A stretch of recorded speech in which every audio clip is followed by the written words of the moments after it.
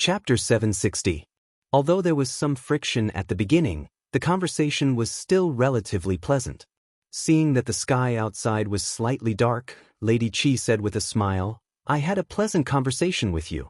We hit it off at first sight. I was so happy that I forgot the time. If I delay any longer, I'm afraid I'll delay your official business. If there's nothing else, I'll take my leave first."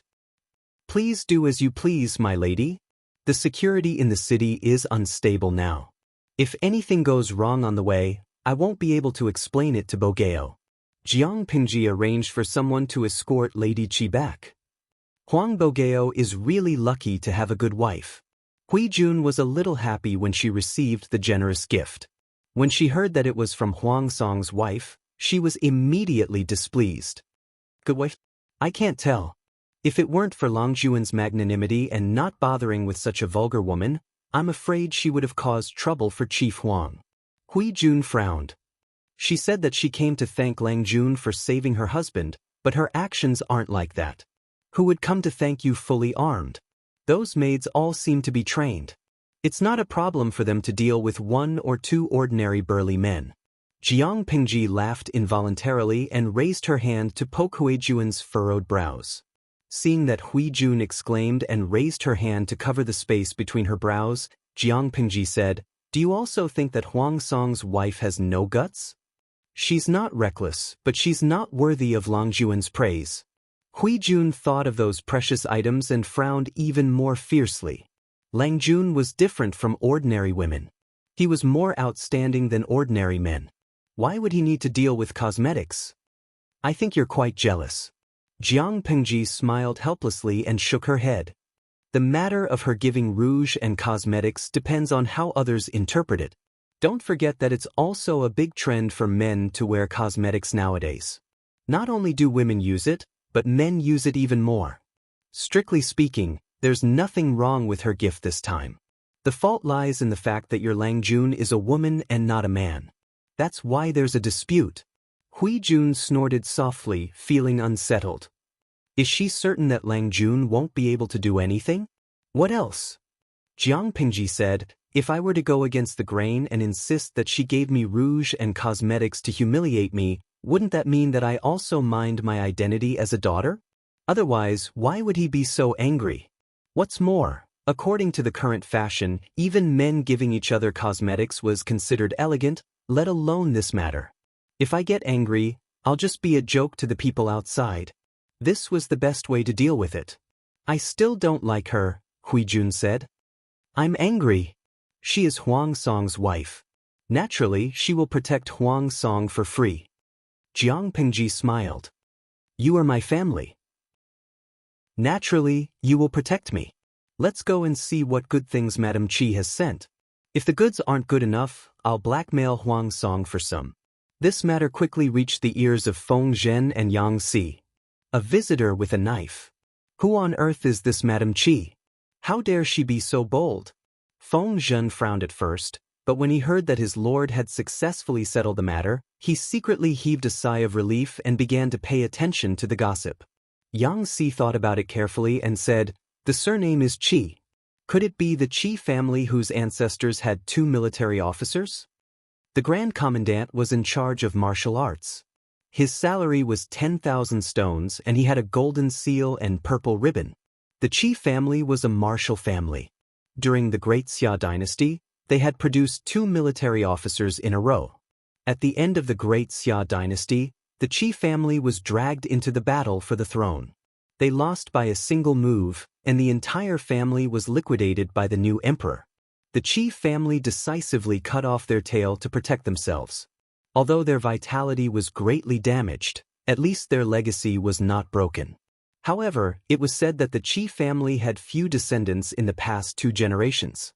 It was a little difficult to pass on their legacy. Feng Zhen rolled up his sleeves and sighed. Who knows? If she's really a woman from the Qi family, it's not surprising that she did this. Yang Si lit the oil lamps in the hall and added 2 more lamps to his table so that he wouldn't have to spend too much effort reading official documents. Huang Song is really lucky. Yang Si took out a roll of bamboo slips. It's a pity that our lord can't take this shortcut. Others could use marriage to strengthen themselves, but their lord was a woman. If she wanted to do this, she could only let someone marry into her family. Was it something that decent people would be willing to do? Even if it was an ordinary family, as long as they didn't starve to death, they wouldn't easily marry into their family. Although their lord had done very well, her identity as a woman was still a shortcoming. Therefore, she needed to do her best to smooth out the injustice. Fairness was never given out by outsiders. One could only rely on oneself to fight for it. Feng Zhen twirled the beard that he had just begun to grow. She doesn't need it either. She had been able to go from poverty to where she was now without relying on Lu Shi. Now that she had restored her original form and was in control of Wanzhou, how could it be more difficult than before? Elsewhere, Huang Song happened to find out by chance that his lady had prepared a thank-you gift for Jiang Pingji. He was instantly scared out of his wits. Gift of rouge, face powder, cloth jewelry? Huang Song restrained himself again and again before he managed to suppress the urge to lift the person up by the collar. Was this the lady's own idea, or was it instigated by you wicked servants? How could the servants dare to say that they had instigated it? The entire backyard was Lady Qi's world. Not to mention Huang Song, the male master, the other servants were so disciplined that they didn't dare to say anything. Yes, it was the lady's own decision. Huang Song was like a deflated doll. He felt like his whole body was about to go limp. All of you can leave. Just as he was about to send them out, he remembered something and called them back. How long has the lady been out? It's been about 4 hours. 4 hours? Huang Song looked at the sky, which was almost completely dark. His face suddenly darkened. The lady hasn't returned yet? The servant replied, she hasn't returned yet. Huang Song was anxious and said, prepare the horse immediately. He was quite confident in Jiang Pingji. She was magnanimous. He also had confidence in his lady. Although she had a temper, she wouldn't go overboard. However, if the two of them were to meet, Huang Song wouldn't have the slightest bit of confidence. The coachman had just brought the horse over. Before Huang Song could mount the horse, Lady Qi's carriage had already leisurely stopped in front of the door. Madam, are you all right? Huang Song hurriedly went up to greet her. What can happen to me? The governor of Liuzhou isn't a jackal. He won't eat me. Lady Qi glanced at him as if she was rebuking him. Her young and beautiful face had a hint of sharpness. But I'm afraid that you'll hurt each other. Huang Song swallowed his words and said, I'm worried about the lady. Lanting's temperament has always been difficult to understand. When I heard that you sent a pile of rouge and face powder just now, I almost broke out in a sweat. Lady Qi rolled her eyes at Huang Song. I'm not giving her a menstrual band. It's just some high-quality rouge and face powder. Both men and women can use it, and it doesn't violate any taboo. If she accepts it magnanimously, not only will it help both parties maintain their dignity, but it will also become a good story. If outsiders know about it, at most they'll say that I'm a petty woman and praise her for being magnanimous and extraordinary. If she even cares about this, it shows how broad-minded she is. A narrow-minded woman, no matter what her starting point was now, would have a very difficult time in the future. As long as Jiang Pingji wasn't stupid, she would definitely not make the wrong move. Huang Song was choked and speechless. Chapter 761. How is Bogeo's relationship with Lu Prefecture's governor? Madame Qi took off her cloak to keep out the cold and handed it to the maid. We have a good relationship. We used to go together. Huang Song said casually. When his eyes met his wife's stern eyes, he immediately swallowed the rest of his words. It was not convenient to talk about their romantic past. Anyway, we have a good personal relationship. Fortunately, Lady Qi didn't care about what he didn't finish. I think that Lu Prefecture's overseer is extraordinarily ambitious.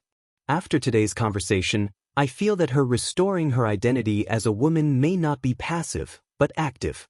Madame Qi sat down, picked up the tea that the maid had poured for her, and took a sip to moisten her mouth. Her words were astonishing. Huang Song frowned and said, That's impossible. Lanting's identity is well hidden. If it weren't for today's incident, I'm afraid I wouldn't have discovered it. Furthermore, What good was there in restoring his identity? If Lanting had been a man, he would have been conferred the title of governor of Wanzhou. With her father's power, he would have been able to sit firmly in the north. The imperial court was on the brink of death, and it was clear that there was no hope for them to be saved. This was merely the final radiance of the setting sun. Other than causing trouble for him, what other benefits did she gain from returning to her female identity? If you hide it, your future will be limitless. Why bother? As for the marriage of children, compared to his future prospects, this was not a problem at all. As for having children, she could find a man she liked in private. Wouldn't it be easy for her to give birth to a child for herself? As for the father of the child, he could either keep him or kill him. There were ways to deal with him without leaving any traces. If it wasn't for someone else exposing her or her own stupidity, how could she have discovered her true identity? How could they find out?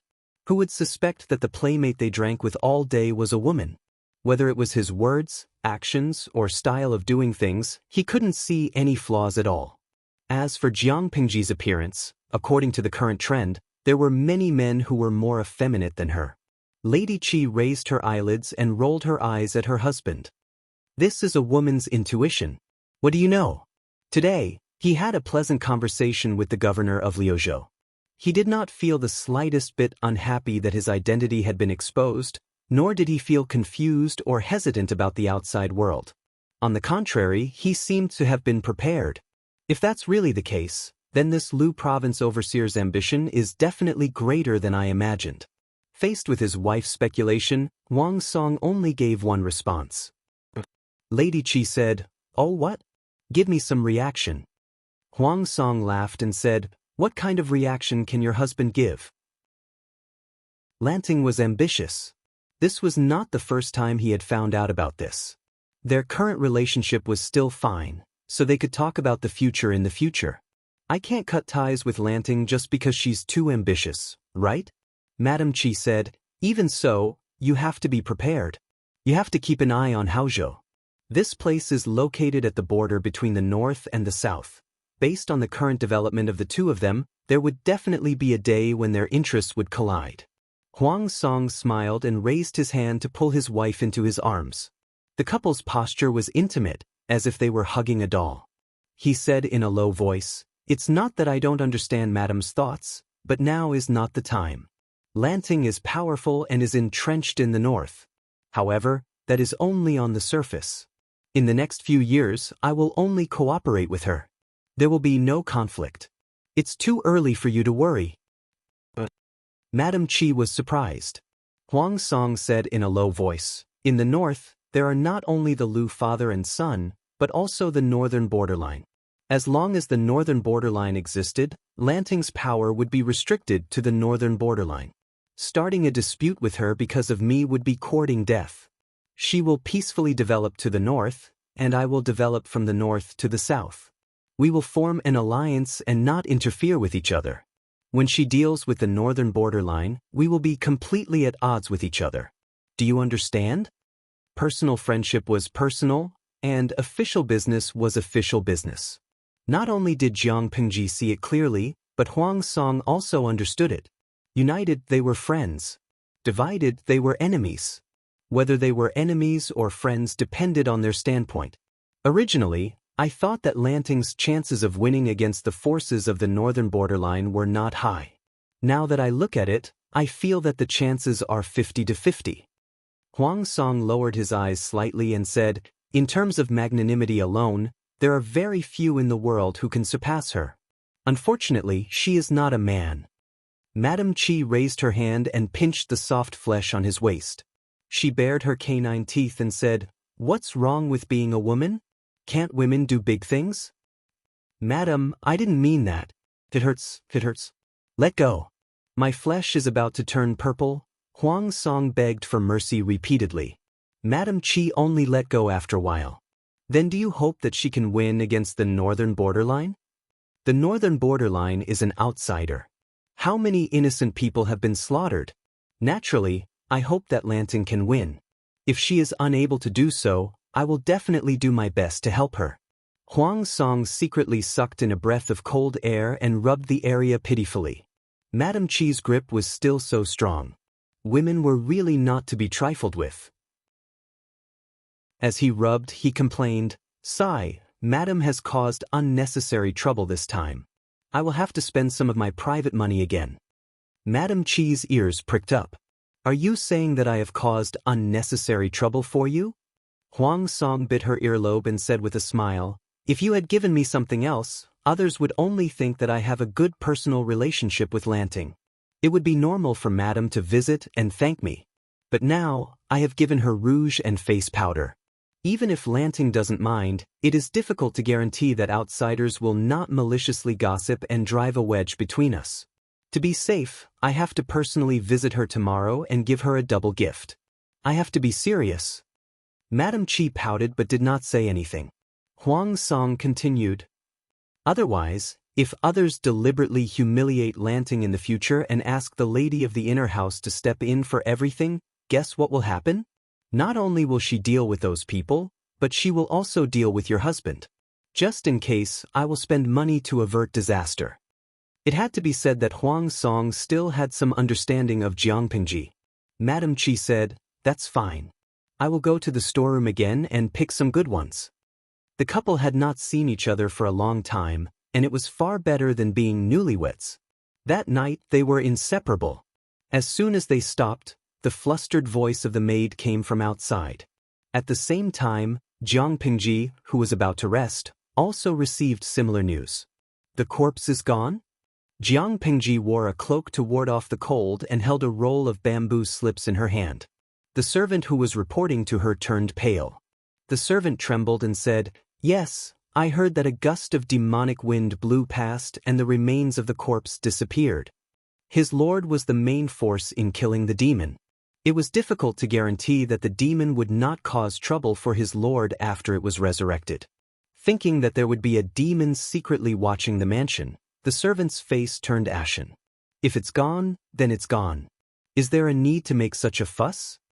Jiang Pingji waved her hand to dismiss the servant. Looking at the light on the lamp, Jiang Pingji reached out and teased the flame. "It has been killed 3 times and resurrected 3 times.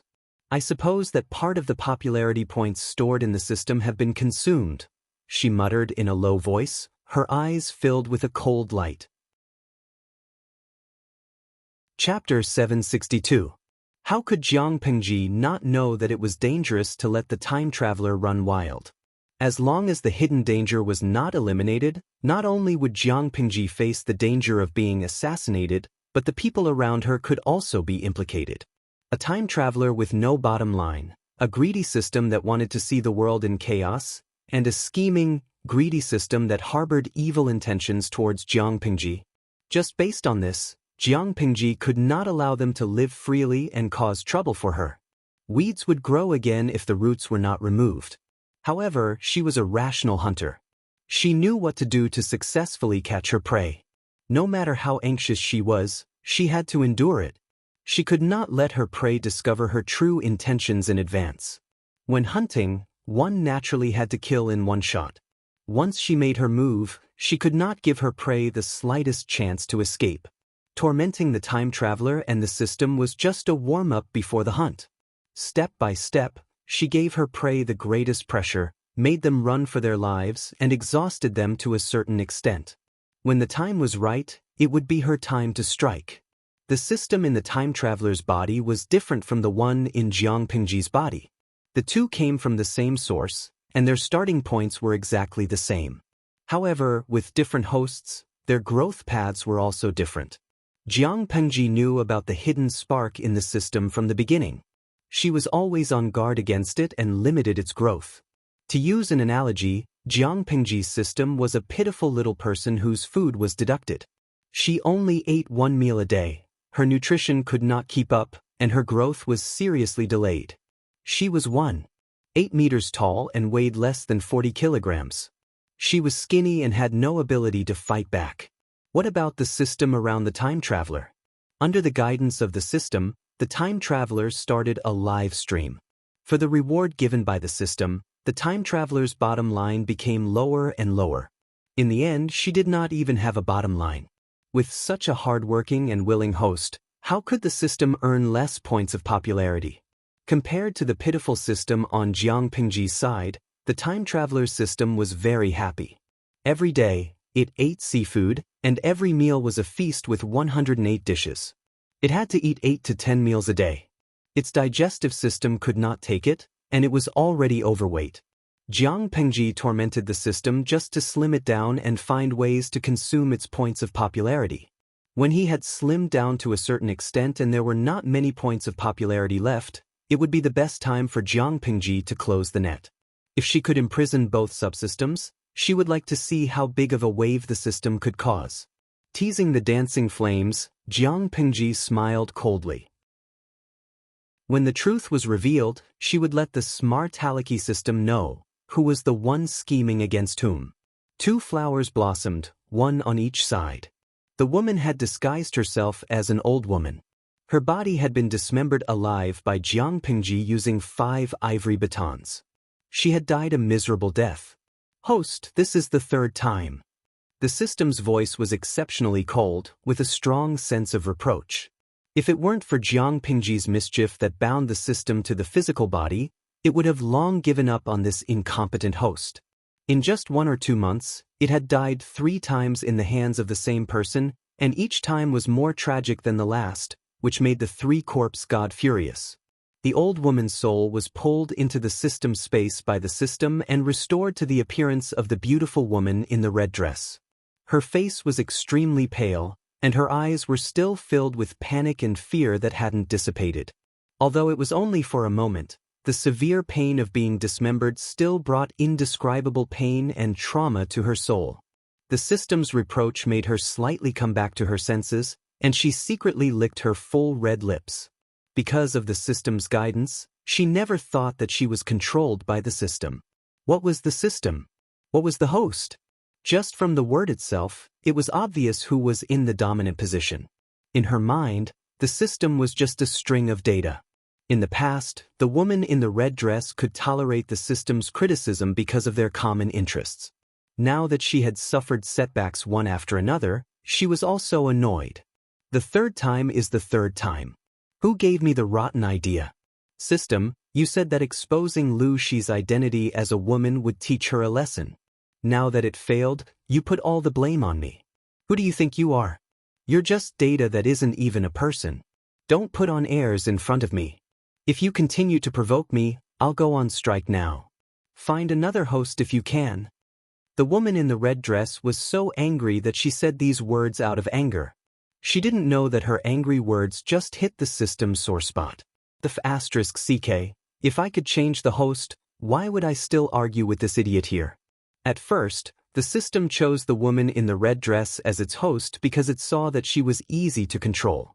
She had the intelligence of an ordinary person, was a little greedy, liked to reap without sowing, had a lot of unrealistic daydreams in her head, was vain, bullied the weak, and feared the strong. The system liked this kind of host the most. She wasn't too stupid, but she wasn't smart either. She had weaknesses that could be easily controlled and made her the most obedient puppet. Now, it seemed that she was too stupid. She was incompetent, and even with the system's help, she was still beaten half to death by Jiang Pingji. The system was not afraid of this host at all. It had cooperated with her for more than 20 years and knew her true colors too well. It sneered, "Host, according to the original contract, you can unilaterally go on strike at will. Aren't you afraid of electric shock punishment or obliteration?" When the woman in the red dress heard the words, electric shock punishment, and obliteration, her body subconsciously trembled. "I haven't done anything wrong now. What right do you have to obliterate me?" For the woman in the red dress, nothing was more powerful than this threat. No one knew that she wasn't like this in the beginning. As a small online streamer who accidentally traveled to a strange and different world and had a powerful live streaming system in her head, she seemed like the standard for a female lead in a romance drama. The system's behavior was also similar to that of a novel. She became more and more convinced that she was extraordinary. At first, the system used its own tasks to test her bottom line and make her do things she didn't want to do. She was also unhappy. It was just a system, but it wanted to control her? Who was the host, and who was the obedient servant? She completed 2 tasks and tasted the sweetness. She resisted the 3rd task, and the system judged her failure. The price of failure was a 2nd-level electric shock punishment. She didn't dare to recall that painful feeling after experiencing it once. On one hand, there was the generous reward for completing the task, and on the other hand, there was the painful punishment for failing the task. She cleverly chose the former. Even if the tasks issued by the system made her frown and made her feel uneasy, she still worked hard to complete the tasks when she thought of her own interests. As long as she was well, what did the life and death of other people have to do with her? When her streamer level reached the top, she would be able to travel back to this world with her gains from all these years. This world would have nothing to do with her. It was a little like, after I die, who cares about the flood?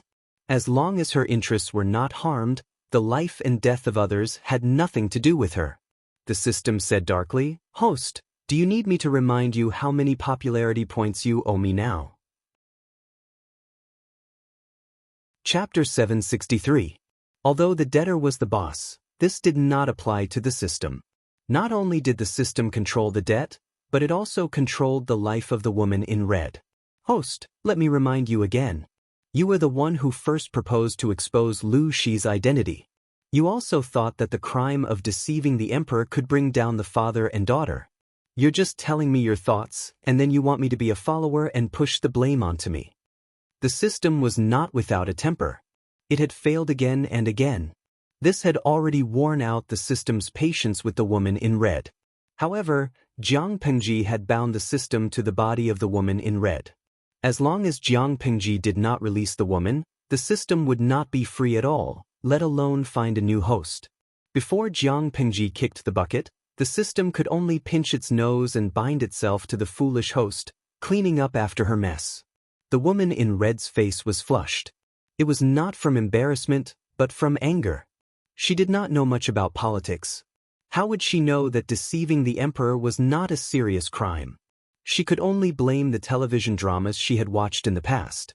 They made her think that deceiving the emperor was a crime that could easily lead to the death of a person's entire family. Speaking of which, it was rather funny. In the past, the reason why the woman in red had been able to thrive was because of the system's golden finger, not her own brain.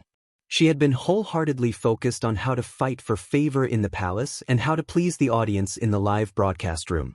When had she ever studied the situation or politics? With the system, her face could be flawless. Her skin was fair and tender. Her figure was as graceful as the devil, and her curves were curvaceous. As for talent, with a skill book, she could be promoted from an ordinary internet celebrity to a global goddess in minutes. With the help of the system, she could not only use her appearance to capture men's attention, but her body was also very mysterious. What were the masterpieces and the white tiger? They were just child's play. There were more mysterious treasures that could make men crave the taste. It was like poison seeping into their bones. It was difficult to quit once they were addicted.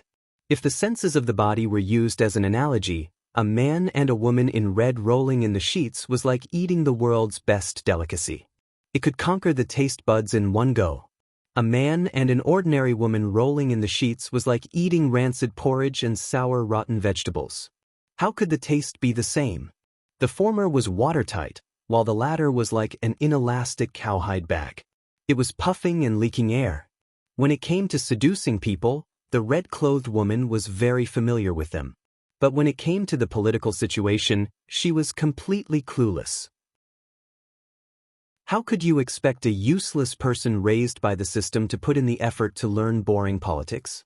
She took it for granted that deceiving the emperor was a serious crime. She did not know that the current emperor had no prestige to speak of. The imperial power was loose, and the royal family had lost all face. They could only struggle at death's door. How could they use a chicken feather as a command arrow to deal with a feudal vassal? The woman in red thought that she could succeed, but in the end, she walked right into Jiang Pengji's trap. She was caught and killed by Jiang Pengji. "I don't want to go against her anymore," the red-clothed woman muttered in a low voice. She thought back to her 3 deaths, each one more miserable than the last. She couldn't help but shudder. The system said coldly, "Between you and her, only one can survive. Either you die or she dies. Are you sure you want to give up?" The woman in red was choked to the point that she couldn't speak. In the end, her desire to live overcame her fear. "You really are the stupidest host I've ever seen. You know you can't beat Lu Shi, so why do you keep coming at him? You can achieve your goal by hurting the people around her. You can't get close to Lu Shi personally and give him the level 9 loyalty talisman, but you can use tricks like confusion and control to make the people around her betray her. You have to be flexible." The woman in red suddenly had a flash of insight. To really attack Lu Shi, using Lu Shi as a target is not a bad idea. The system was not optimistic about her choice and poured a bucket of cold water on her. Lu Shi stays in Chongzhou all year round. It doesn't matter if the father and daughter don't meet each other at least once a year. Moreover, based on the hatred between you and Lu Shi, do you think he won't have his guard up? Or do you think that your body can seduce Lu Shi? To put it mildly, when Lu Shi faced the woman in the red dress, he would be lucky if he didn't vomit, let alone attack the city. Then who should I choose? The woman in red mumbled softly and began to analyze. Currently, among Lu Shi's subordinates, only a few can get close to her and gain her trust. Meng Han, Li Yun, Dian Yan, Yang Si, Feng Zhen. Meng Han and Dian Yan are too ugly. According to Gu Min's memory, Yang Si is a smart and self-disciplined person. Only Li Yun and Feng Zhen are left. Based on looks, she would definitely choose Li Yun. He was a handsome white horse with unparalleled waist strength, a real high-quality fresh meat. It was said that he was a virgin and would be easy to control. However, considering Li Yun's wariness as a martial artist and the fact that women were not allowed in the military camp, it would be difficult for her to sneak in. After a round of elimination, it seemed that only Feng Zhen was left. Feng Zhen is a beauty. To put it bluntly, he's a lecher. He's a good choice. Although she disliked the weak body of a scholar, he was the most suitable. At that moment, the system reminded her mercilessly, "Host, if you still want to revive, make the decision to revive as soon as possible. Otherwise, if you wait for those people outside to cremate your corpse and then want to reconstruct your body, I'm afraid it will be impossible without tens of billions of popularity points." The woman in red's face paled and she immediately said, "Of course I want to revive. 2 billion popularity points, no bargaining." The woman in red's face was almost unsightly. 2 billion? Reviving would increase the price? The system explained, the amount of popularity points used for reviving is determined by the degree of damage to the corpse. The smaller the damage, the smaller the cost. Your corpse. Lu Shi was more ruthless, more thorough than dismemberment. The degree of damage is greater, so the cost is also higher. The woman in red waved her hand weakly. 2 billion it is. As the saying goes, when you have too much debt, you don't need to worry. She was already carrying a debt of 2 billion, so adding another 2 billion wouldn't hurt. Anyway, it would be paid in installments. Based on her popularity in the streaming room, she would be able to clear her debt after a few years of hard work. With the system's help, after a gust of demonic wind, the corpse that should have been cremated was swept away, alarming countless officials and making it impossible for them to sleep at night. Jiang Pingji, on the other hand, ate well and slept soundly. She slept dreamlessly until dawn. She was already the magistrate of Wanzhou, so she couldn't leave the base camp for too long. The mission of the Alliance army to rescue the king was almost complete. She should also pack up and prepare to return home. As for whether Prince Changshu, who had already proclaimed himself emperor, would make a comeback after the Alliance army left, it had nothing to do with her. "Why is my lord free to come out today?" Feng Zhen raised his sleeves to cover his yawn. 2 drops of tears squeezed out of the corners of his eyes. He had cultivated too late last night, so he didn't have enough sleep. Jiang Pengji said gloomily, "This time, your lord came to rescue the king for only 3 things. First, to be the official magistrate of Wanzhou. Second, to make some money by selling the method of making flashing bricks. Third, to see if the other side is tight and to poach some people. So far, the first 2 things have been done well. I came out with empty pockets, but when I go back, My pockets are full. But there's only one person, Qi Kuang. Sure you're slacking? Feng Zhen was speechless. He had almost forgotten about this matter. However, he couldn't be said to be slacking. Even Qi Kuang, who was the only remaining person, had been roped in by him. Chapter 764. There are no corners in this world that can't be pried open, only people who don't work hard. Jiang Pingji readily accepted Feng Zhen's advice and made him swallow his words. Think about the whole of Wanzhou. There's so little land and so few people. You have to do everything yourself. Sooner or later, you'll die of exhaustion at the desk. Jiang Pingji was just short of telling Feng Zhen, if you still want breaks, young ladies, wine, and delicacies, hurry up and get to work. Even if she didn't say it clearly, with Feng Zhen's IQ, how could he not understand the deeper meaning behind her words? It was precisely because he understood that he regretted it even more. Of all the things she should not have done, she should not have rushed over after receiving Wei Si's letter. Now he had plunged into a bottomless pit of overtime, endured Jiang Pingji's exploitation, and had no proper breaks all year round. For a prodigal son, no private time meant no chance to live a dissolute life, no chance to interact with various young ladies. He had nothing to live for.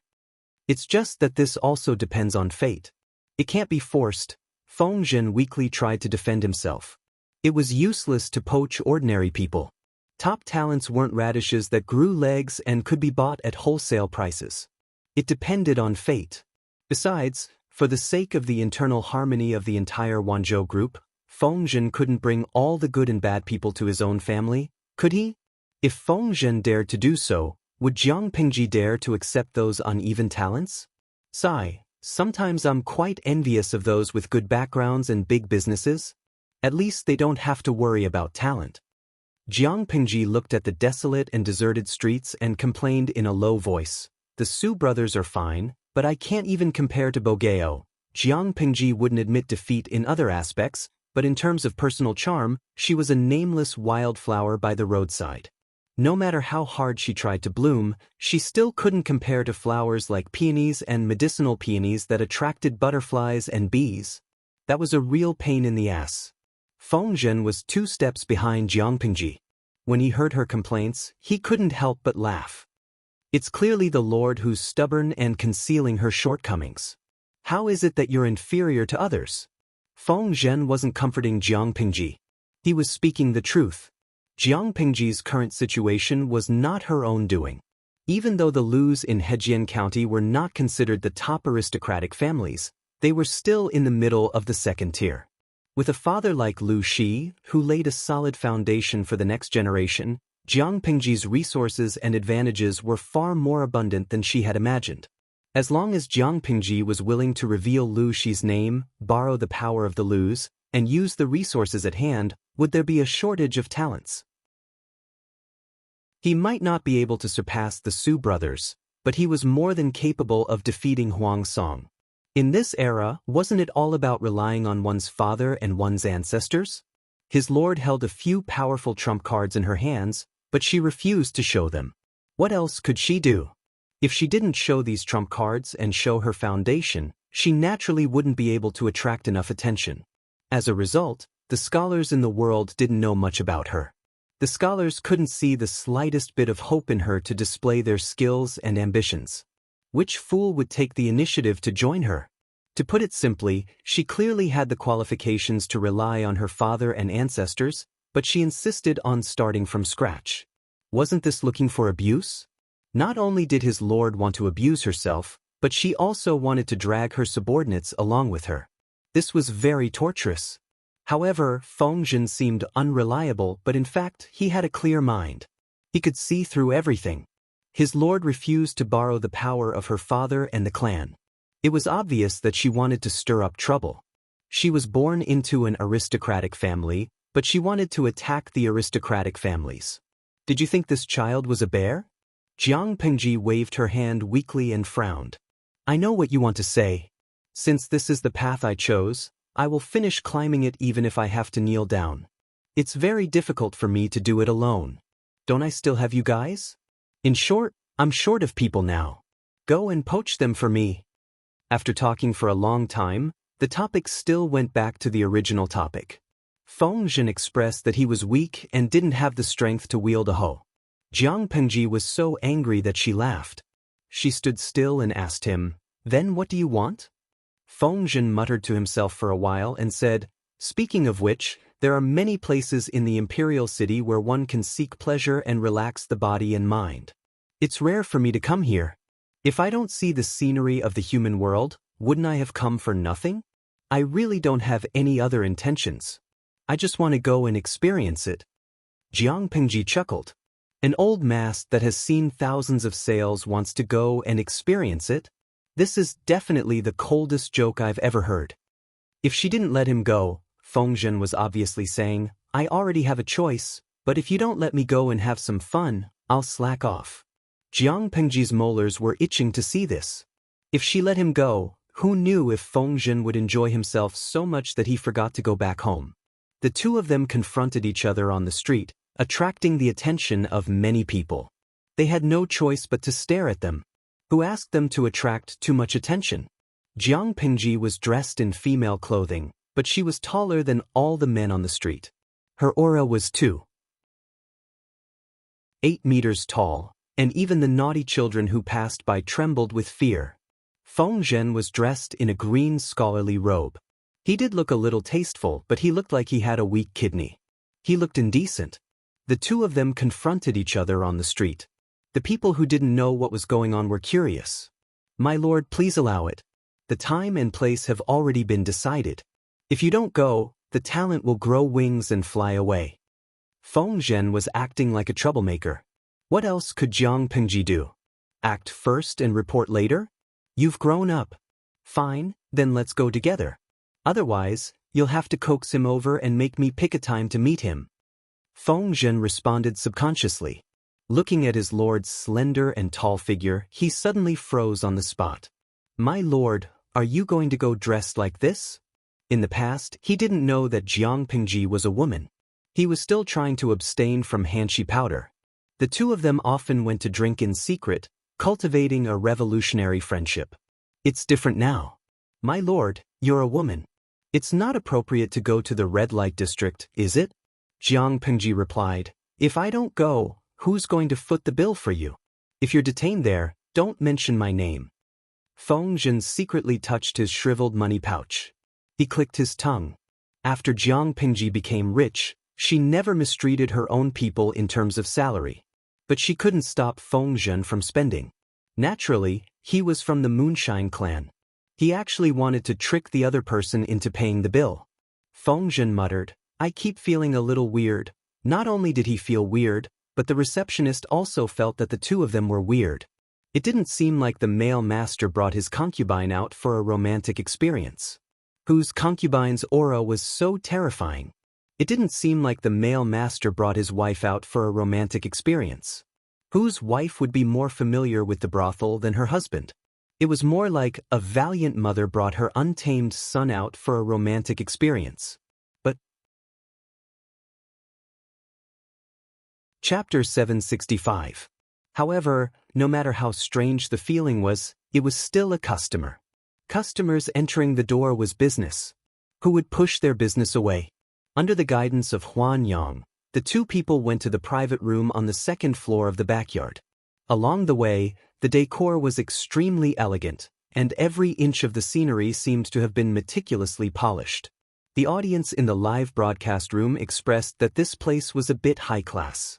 If it wasn't for the clear indication that this place was for men and women, and the screen was filled with beautiful women in thin clothes, the audience might have misunderstood and thought that this was a high-ranking official's mansion. Love the night? Actually, I don't quite understand. Why do they have to come to such a shady place to recruit talents? Because of the relatively conservative social atmosphere of the dimension where the audience in the live broadcast room came from, the education of gender was very obscure, causing many people to be extremely interested in brothels. No matter what it was, once it involved unspeakable and discordant content, there would always be someone who had a tacit understanding in their eyes. However, Jiang Pengji's style was too wild. How many times had she gone to brothels over the years? After seeing so many of them, they were no longer as curious and eager as they had been in the beginning. Xianggu Bukai. For men in ancient times, brothels shouldn't be considered indecent places, right? When they were hungry, they could order food and eat.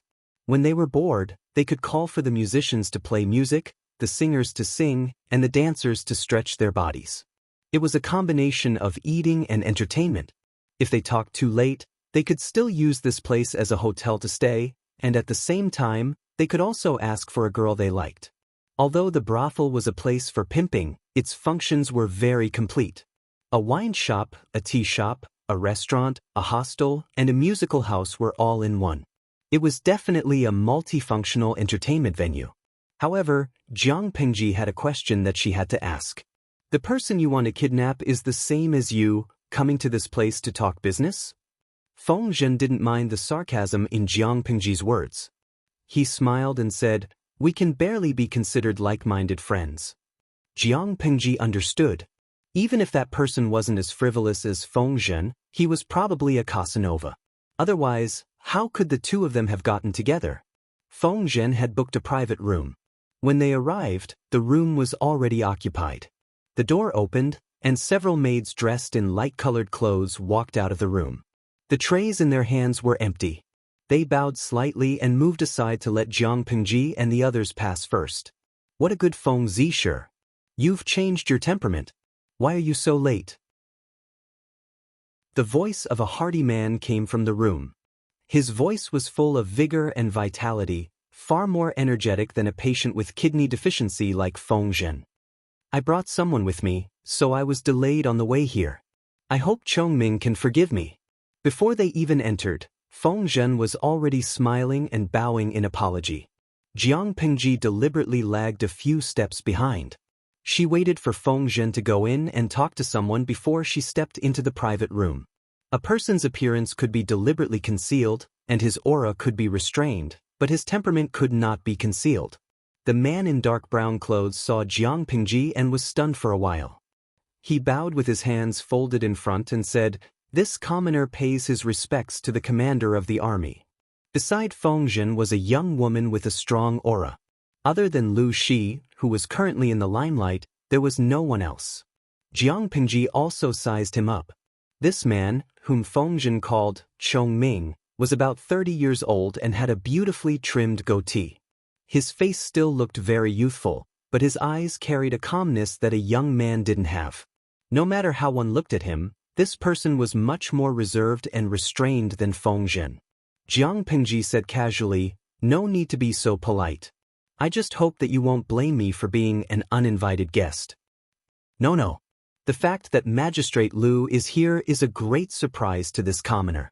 Jiang Pengji wasn't familiar with the man, so she didn't deliberately intervene in their conversation. She just deliberately restrained her aura and lowered her presence. On the other side, the man secretly winked at Feng Zhen, asking with his eyes what was going on. Wasn't it just supposed to be him and Feng Zhen, and the two of them communicated harmoniously in private? Why did Feng Zhen's current lord come over? Feng Zhen smiled bitterly and pointed at the shriveled money pouch hanging on his waist. The man instantly understood.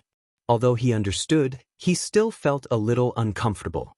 For example, a man and a woman chatting on a blind date with more than a dozen friends and relatives next to them. How could they feel at ease? Jiang Pengji also realized that it was inappropriate. She simply found an excuse to go out for a walk, giving them some privacy. "Your lord's aura doesn't seem like that of an ordinary person. No wonder Zixiao has such a high opinion of her," the man said. Feng Zhen was surprised. "Zixiao wrote a letter to you?" "He did. Zixiao praised her so much in the letter, as if he was praising his own son. I've known him for so many years, but I've never seen him praise someone so hard.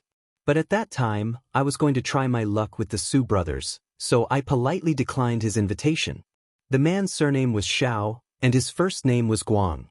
His courtesy name was Chongming. Feng Zhen made an O sound. He wasn't surprised by Xiao Guang's choice.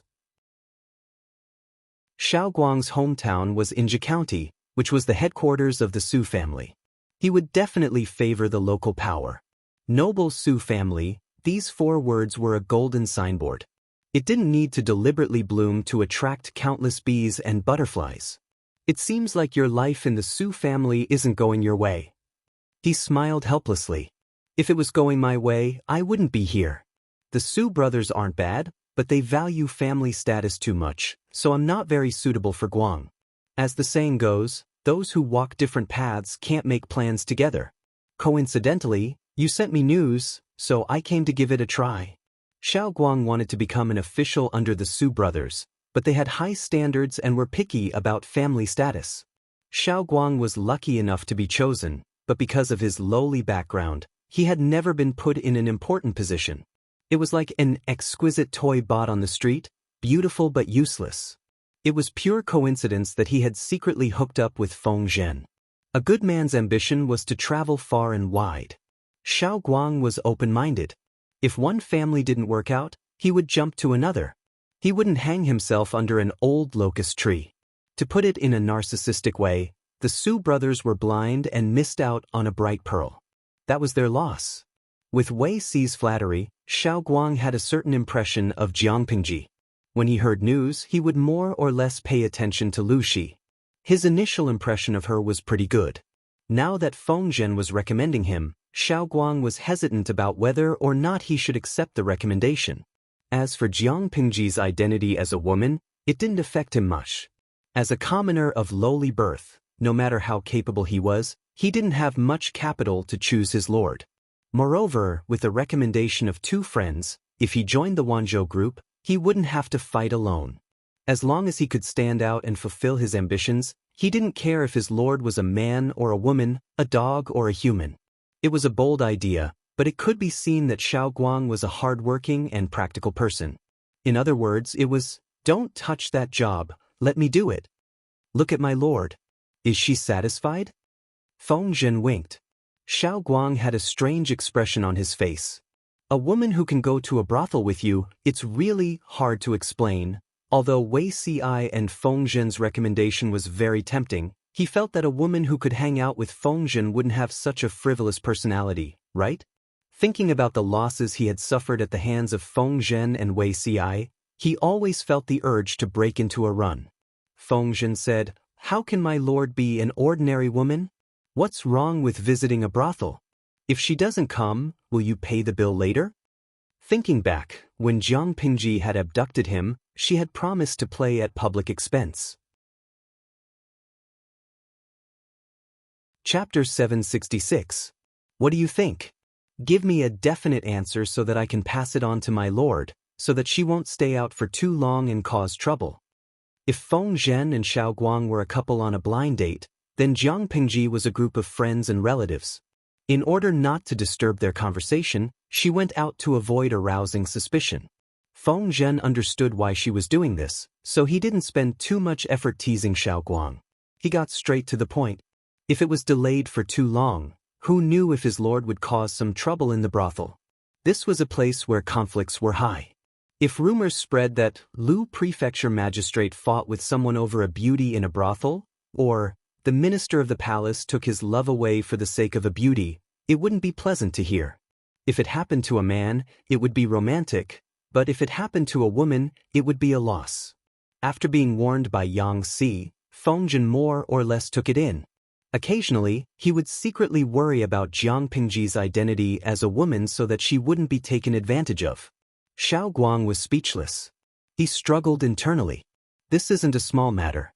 I should give Guang some time to think about it. Based on the current situation, Wanzhou was indeed an excellent place to go.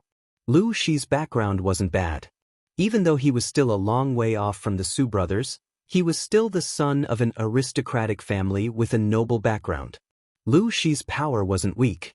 It was best if Lu Shi gave him power. If Lu Shi wasn't willing to give him power, she could sit on estate and not be empty-handed. If Xiao Guang wanted to abandon the Su family and jump ship, Jiang Pingji was indeed a good choice. The key was, if he liked her, would she like him? It wasn't that Xiao Guang felt inferior, but one had to look at one's family background to become an official. If his family background was good, he wouldn't be neglected by the Su family. With a solemn attitude, Xiao Guang asked about the situation in Wanzhou and Jiang Pingji's team structure. Don't think that his questions were nonsense. By asking these questions, he could judge and understand Jiang Pingji's character. Only then could he make a decision. Things couldn't happen again and again. Xiao Guang had abandoned the Su family and jumped ship to Lu Shi. If he still couldn't get an important position under Lu Shi and was buried because of his family background, then what was the point of him jumping ship? Was he supposed to keep kicking Lu Shi and find another family? There were still some questions that needed to be clarified. Feng Zhen could understand Xiao Guang's worries, but he didn't expose the others' attempt to test him. Instead, he went along with the others' topic of conversation and replied to them one by one. The more Xiao Guang heard, the more astonished he became, and he almost spilled the tea in his hand. Are you telling the truth? According to Feng Zhen's description, apart from Feng Jin, who was born into a good family, everyone else in the Wanzhou group was below the passing mark. From this, it could be seen that Lu Shi really did not care about one's background. He did not have to worry about this. As long as they didn't discriminate against his background, Xiao Guang felt that he would still be able to make a name for himself one day. Feng Zhen scoffed and said, "How could it be fake?" His lord had taken over all of Wanzhou without saying a word. She seemed to have a lot of power, but who knew who Lu Shi was before sending troops to rescue the emperor? The most she could say was, Lu Shi's son, or, like father, like son. How many geniuses could she attract with her meager wealth? Even if they were willing to come, she might not dare to accept them. After all, we're recruiting talents, not looking for ancestors for ourselves. After saying this, Feng Zhen paused and lowered his voice to speak to Xiao Guang. To put it bluntly, after sending troops to rescue the emperor, the lord's reputation should have soared. Even if she can't compete with the Su brothers, in Dongqing, there are less than 5 people whose reputation can surpass hers. It should have been a great situation, but news of the Lord's identity was revealed. Let me ask you, the world despises women so much. Which geniuses from noble families would be willing to submit to a woman? Even if Dongqing was not like Zhongzhou, where the 4 self-accomplishment classics for women was rampant, it was still affected to a certain extent. Not to mention the current era, which was becoming stricter and stricter. Even if it was traced back to the early days of the Xia dynasty, weren't there also people who made up all sorts of scandals about the ancestor of the Su family, Master Su? Don't underestimate these seemingly harmless scandals. They were in themselves disdainful and belittling of Master Su. Those who attacked Master Su never used the reason of Master Su's lack of ability. It was simply because she was a woman. Even now, it was still the same. In many people's eyes, gender was the original sin, which had nothing to do with ability. Xiao Guang looked hesitant and asked in a low voice, "Zisher, if you tell Guang all this you—" Feng Zhen snorted and laughed.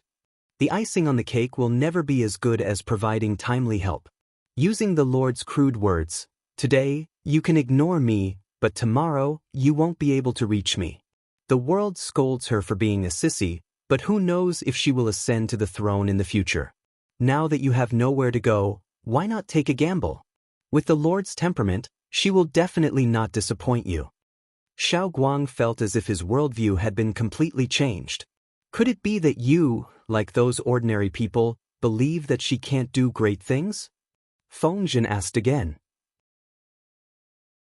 Xiao Guang secretly rolled his eyes and said helplessly, "We've been friends for many years, how can you not understand Guang? Male or female, human or dog, to Guang, what difference does it make? How would others know what it feels like to be restricted in every way because of one's background?" Feng Zhen and Wei Si's recommendation was too tempting. How could Xiao Guang not be tempted? To put it bluntly, the choice was in other people's hands, not his. Xiao Guang's temperament was like that, which was also why Wei Si and Feng Zhen came to him one after another. After settling Xiao Guang, Jiang Pingji naturally didn't have to continue loitering outside. Did the Lord have a romantic encounter? Why are you smiling so happily? Feng Zhen looked at the smiling Jiang Pingji and asked with a dirty mouth. "I didn't have a romantic encounter, but I met a beautiful woman with a beautiful face. I heard that she will be combing her hair today." Jiang Pingji's face was full of excitement. It wasn't just her. The bullet screen in the streaming room was full of content praising the beauty, one after another overwhelming. The corner of Feng Zhen's mouth twitched slightly, while Xiao Guang was dumbfounded.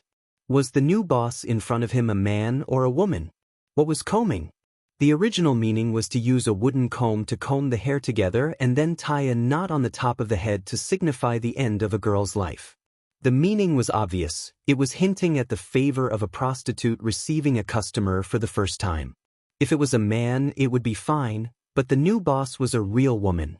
Jiang Pengji restrained the expression on her face and turned her gaze to Xiao Guang. Feng Zhen immediately understood and said a few words of introduction. Although the three of them had reached a consensus that Xiao Guang was going to jump ship and Jiang Pengji was going to poach Su Bei, they still had to put on a show. So, Chong Ming is really willing to give up his current future and lend me a helping hand? Xiao Guang bowed and said, I hope that the Lord will not give up. In this life, I will do my best to assist the Lord. Chapter 767. It was worth mentioning that Xiao Guang's forte was not in strategizing. His intelligence was higher than the average person's, but if he wanted to compete with a black-hearted person like Feng Zhen, he was still too inexperienced. Feng Zhen had poached him and recommended him to Jiang Pengji because Xiao Guang was a relatively unpopular talent. He specialized in water conservancy and minored in Moism. It was no wonder that Xiao Guang had never been put in an important position by the Su brothers. The Su family was rooted in Zhe County, which was a fertile land with abundant rainfall but not flooding. Ordinary people could handle simple tasks, but Xiao Guang had no chance to display his skills for the slightly more difficult tasks. He was of little value. On the other hand, Jiang Pengji definitely needed Xiao Guang. Last year, Wanzhou had experienced a great drought. If Jiang Pengji hadn't discovered it early and taken preventive measures, who knew how many innocent people would have died of thirst and how much fertile land would have been wasted? There would have been no harvest, and the whole year would have been difficult. Feng Zhen's swing of the hoe this time was too accurate. With a swing of the hoe, he had poached the talent she needed the most. The atmosphere was harmonious. Jiang Pengji didn't put on any airs. She didn't make people think she was easy to bully, but she also didn't make people think she was unreachable. After a round of conversation, Xiao Guang was secretly surprised. In his eyes, the Su brothers were already rare geniuses among the younger generation. However, they still had a small flaw that was unavoidable for the descendants of landowning households. They were proud of their noble bloodline and looked down on those with poor backgrounds. It was extremely rare for them to lower their statuses and open their hearts to others. If only the Su brothers were like this, in the eyes of others, they would probably receive the evaluation of little princesses with so many flaws. Unfortunately, the general atmosphere was like this. It was normal for them to look down on others. Those poor bastards who wanted to stand out had wishful thinking. To put it in a vulgar way, they weren't called princess soldiers, they were little princesses. In Xiao Guang's opinion, Jiang Pengji was also a noble son of noble birth, a noble daughter. Regardless of whether she was a noble son or a noble daughter, even if she was a meritorious person, she should still have the arrogance and nobility of a gentry family in her bones. After some interaction, he realized that Jiang Pengji wasn't difficult to get along with. He even had the urge to get close to her. She was amiable but wouldn't make people look down on or offend her. She was noble but wouldn't make people feel unapproachable. In short, this was a rather non-mainstream aristocratic family. Xiao Guang still had eyes. Whether it was an act or sincere, he had a balance in his heart and could clearly distinguish it. In this way, he didn't feel the slightest bit of psychological pressure when he called Jiang Pengji his lord. Jiang Pengji ordered many delicacies, and the three of them ate until they were almost full. She looked at the empty space beside them and asked, "Should I call 2 people over to serve me? Don't forget where they are." It would be too formal if they didn't call the dancers over. The 2 men fell silent at the same time. Once again, they confirmed that their lord was a woman. Visiting a brothel? Why was he even more open-minded than the 2 of them? "You don't want to? It's rare for me to treat you. If you're wrong, there won't be a next time." Feng Zhen didn't hold back anymore. With a wave of his hand, he summoned quite a few beauties. He even asked Jiang Pengji about them. It's a pity that this isn't the south courtyard. Otherwise, my lord would have ordered two as well. The so-called south courtyard was a male version of a brothel, a place where men were sold. The young masters inside were the prostitutes. Jiang Pingji raised her eyelids. No need. You guys can have fun. Feng Zhen was a shameless person. He didn't know what it meant to be reserved. Xiao Guang had just joined, so he was more reserved. More importantly, there was a female lord staring at him. If he hugged a flower lady, he would feel uncomfortable. Feng Zhen ordered a few songs and dances in a row. He was fascinated. Jiang Pingji's fingers nimbly played with the wine cup in her hand. She glanced at the sky outside and the corners of her lips curled up. There are a few beauties grooming today. Are you interested in watching? Feng Zhen watched the beauties dance without blinking. Without turning his head, he said, yes. Xiao Guang was speechless. He felt like he was dreaming. Even the male lords didn't have the face to say such things. Why was his new lord so bold and unrestrained? And Feng Zhen, why were you so shameless? Then go take a look. Maybe we'll have a romantic night together.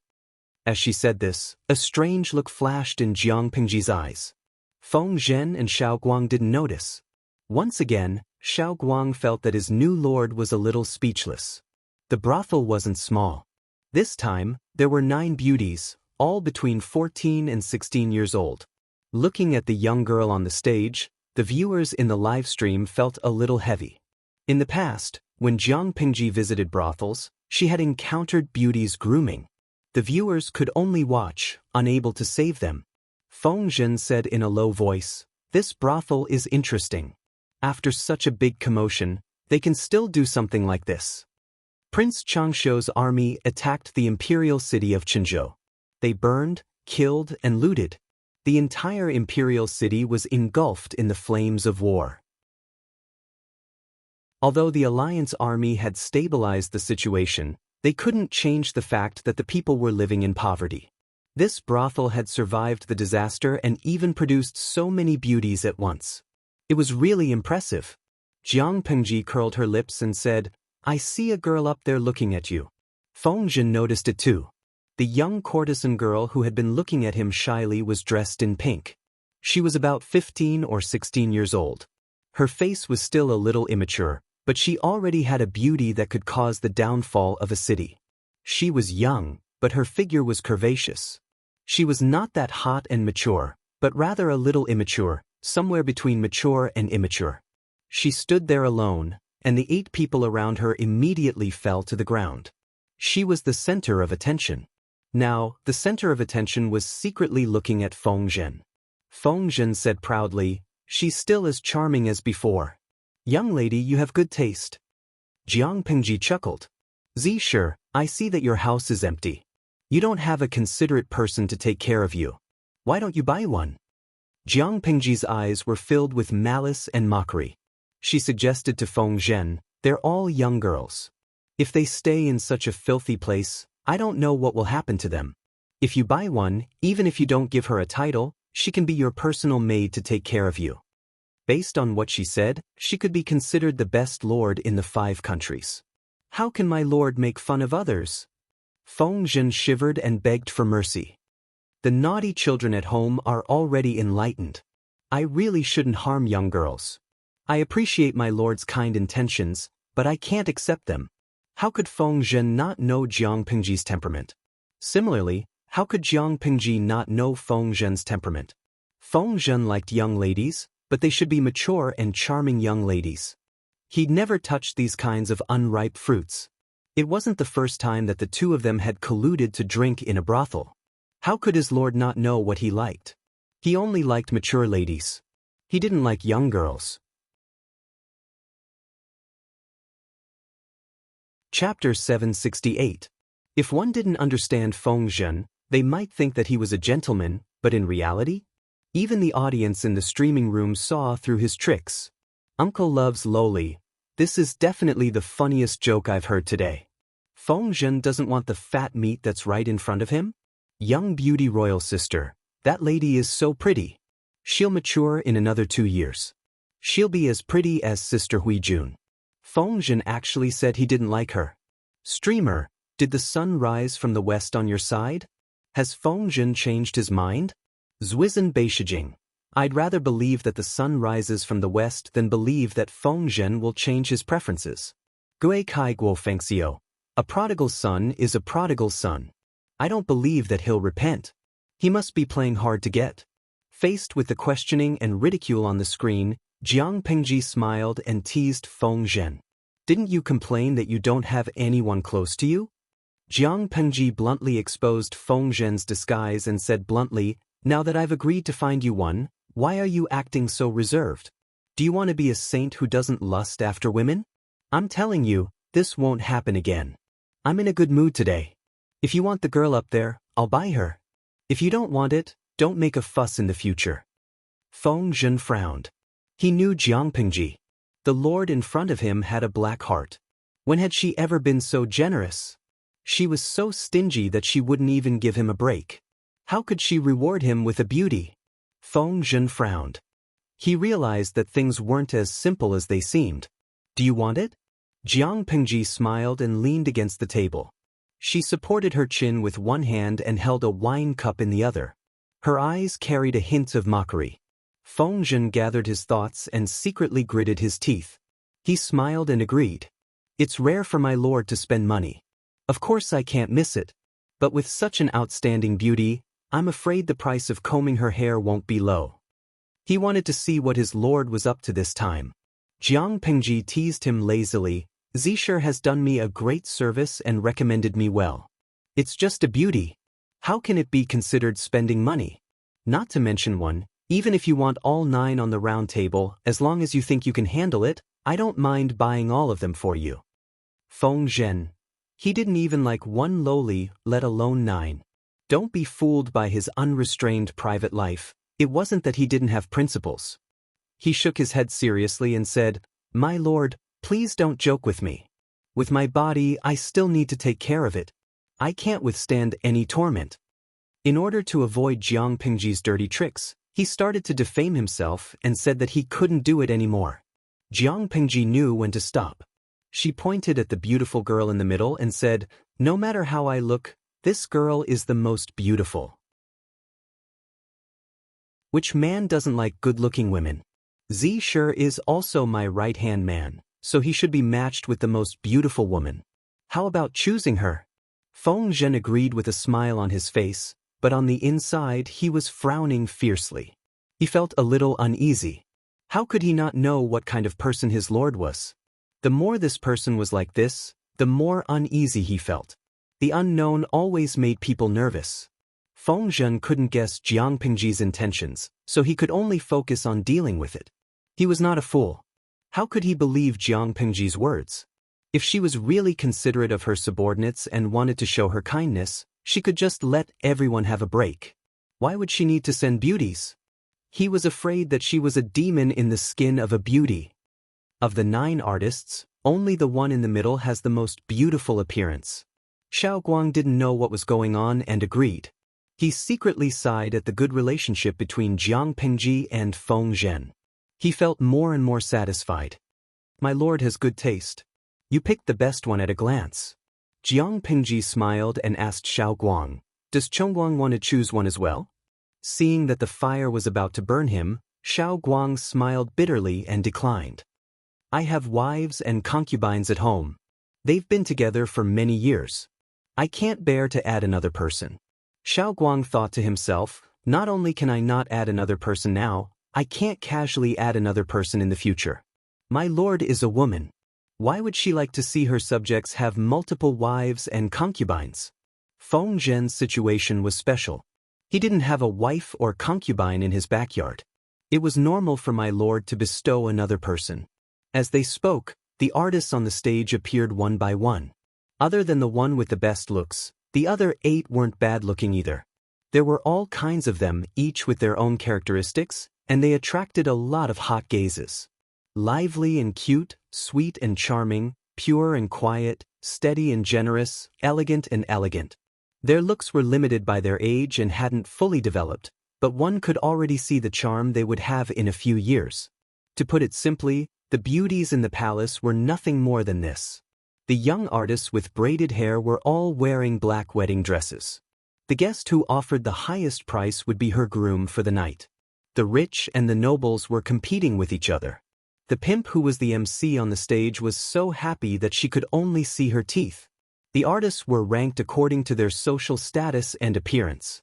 The most ordinary ones were ranked first, and the best ones were ranked last. Without a doubt, the beautiful girl who attracted everyone's attention was the most precious jewel of the night. A storm of blood was about to start. Looking at the final prices of the artists in front, Feng Zhen's brows furrowed even tighter. Something was wrong. According to this price, the last lady will cost at least 200,000 strings of coins. My lord, Jiang Pingji was generous to her subordinates and gave them generous benefits, but she didn't like to waste them. She was generous to her subordinates because they deserved the salary. It was an equivalent exchange. But this girl in front of him? Other than her good looks, what else could attract Jiang Pingji to spend so much money to bid for her? If his lord was a man, he could understand. Spending a lot of money for a beauty was a romantic thing to do. But the lord was a woman. It was ridiculous to spend so much money just to buy a courtesan to serve her counselor. Wait, there's no hurry. Jiang Pingji smiled and drank a cup of wine, indicating for Feng Zhen to not be anxious. I'll definitely let you be the groom tonight. The beauty won't fall into the arms of others. Your lord is quite reliable at times like this. Don't panic. Feng Zhen was speechless. He would rather his lord not be so reliable. After a few rounds of intense bidding, the atmosphere of the grooming ceremony reached its peak. The pimp was wearing heavy makeup that day. She looked as if she was marrying off her daughter. Well, for the pimp of a brothel, holding a grooming ceremony for her subordinates was in itself another way of marrying off her daughter. The strange thing was, the 8th artist had already finished her bidding, but the 9th artist still hadn't moved. The guests below the stage had some strange reactions. Chapter 769. A girl from a brothel naturally couldn't be the wife of a high official or a rich man. The brothel keeper had to settle for the next best thing, a concubine, and she'd even promised 1,000 gold coins. As soon as she said this, the crowd was in an uproar. Everyone looked at Miss Huan passionately. Someone asked, I wonder who Miss Huan has taken a liking to? As soon as the question was asked, Huan shyly glanced in Feng Zhen's direction. Feng Zhen shuddered involuntarily, feeling weak all over. He didn't like young girls like her. When he used to wander around the red light district, he'd always found mature, beautiful women who understood the ways of the world. At least they wouldn't easily go easy on their benefactors. If it was a young girl like her, things would be different. Feng Zhen didn't want to hurt anyone's feelings. Being young and immature meant that she had little experience and would easily go easy on people. Jiang Pingji teased him from the side. She's looking at you. She's obviously interested in you. Feng Zhen gritted his teeth and said in a low voice, My lord, please don't tease me. She doesn't want a single cent of your money. Instead, she's bringing 1,000 gold coins to be your concubine. You're not moved at all? Xiao Guang was surprised, but what surprised him even more was that his lord had already predicted this scene. Feng Zhen said righteously, I'm not moved. While he was resisting the peach blossom that had been delivered to his doorstep, the other guests were also in an uproar. They didn't understand why a beautiful girl would take a liking to a poor middle-aged man who had a woman by his side. To put it bluntly, the man's eye bags were swollen and he had dark circles around his eyes. He was obviously weak. How could he satisfy a young and beautiful girl? The girl was young and immature. How could they let such a beautiful girl marry such an unreliable, ordinary man? Seeing that a beautiful flower was about to be stuck in a pile of cow dung, someone stood up to object. Miss Huan, you're so beautiful. Why would you take a liking to such a poor, ordinary man? That's right. He even has a female companion by his side. He's obviously not the one to entrust his life to. On the stage, Lady Huan raised her fan and covered her face slightly. She walked in front of Feng Zhen with dignified steps, completely shattering Feng Zhen's dream that Lady Huan had taken a liking to Xiao Guang. She bowed slightly and looked at Feng Zhen with a burning gaze. I am of lowly birth and know that I am not worthy of you. However, I am still delusional and hope that you will take pity on me and grant me my wish. Even if I don't have a title, I will gladly endure it. Feng Zhen smiled bitterly and said in a low voice, My wife's great hospitality is something that I cannot accept. To tell you the truth, I am nearly 30 this year, and I have a child at home who is just starting out. It would not be good for me to delay you. Now that you are still in your prime, you will naturally find someone who will treat you sincerely. Huang Lin bit her red lips, which were illuminated by the candlelight, and her eyes were watery. I truly love you, Lang Jun. No matter how many wives, concubines, and children you have in your family, even if I can only be a lowly concubine or not, as long as I can be by your side, I have no regrets. Feng Zhen, there was something wrong with the script. Jiang Pengji smiled and covered her mouth. Since she likes you so much and has fallen in love with you at first sight, just accept her. Feng Zhen secretly cursed in his heart. His lord was obviously waiting for a good show. Xiao Guang also egged on from the side, laughing at Feng Zhen's embarrassment at being teased. Feng Zhen secretly took a deep breath. Even though others envied him for being able to win the heart of a beauty, who knew how frustrated he felt inside? Not to mention anything else. Just his lord's behavior alone made him feel very perturbed. More importantly, Huan had obviously come prepared, and her target was him alone. Normally, no matter how much love at first sight, seeing that there was a beautiful woman by the man's side, one would have some reservations and wouldn't be so thick-skinned as to stick close to him. But Huan hadn't looked at Jiang Pingji at all, as if she already knew of her existence. Feng Zhen didn't mind making a bold guess. Huan already knew of his lord's identity, and she also knew of his identity. A beauty throwing herself at him might not necessarily be a blessing in love. Feng Zhen was displeased, but he secretly saw the look in Jiang Pingji's eyes. He endured it and finally gave in to reality. If that's the case, then I'll have to trouble you, Huan. It was obvious that this was a tacit agreement. Huan looked bashful. With the help of the brothel keeper, she went upstairs to the bridal chamber to wait for Feng Zhen. No matter how displeased the other guests were, they couldn't simply show their anger. The atmosphere was relatively peaceful. Jiang Pengji and the other two returned to the private room. As expected, the brothel keeper sent someone to deliver the dowry. She opened the box and took out the high-quality gold ingot. She had a chilling smile on her face. Go. Tonight's groom, your bride, is waiting for you. Don't keep her waiting. Feng Zhen's expression darkened. He asked in a low voice, What does my lord mean?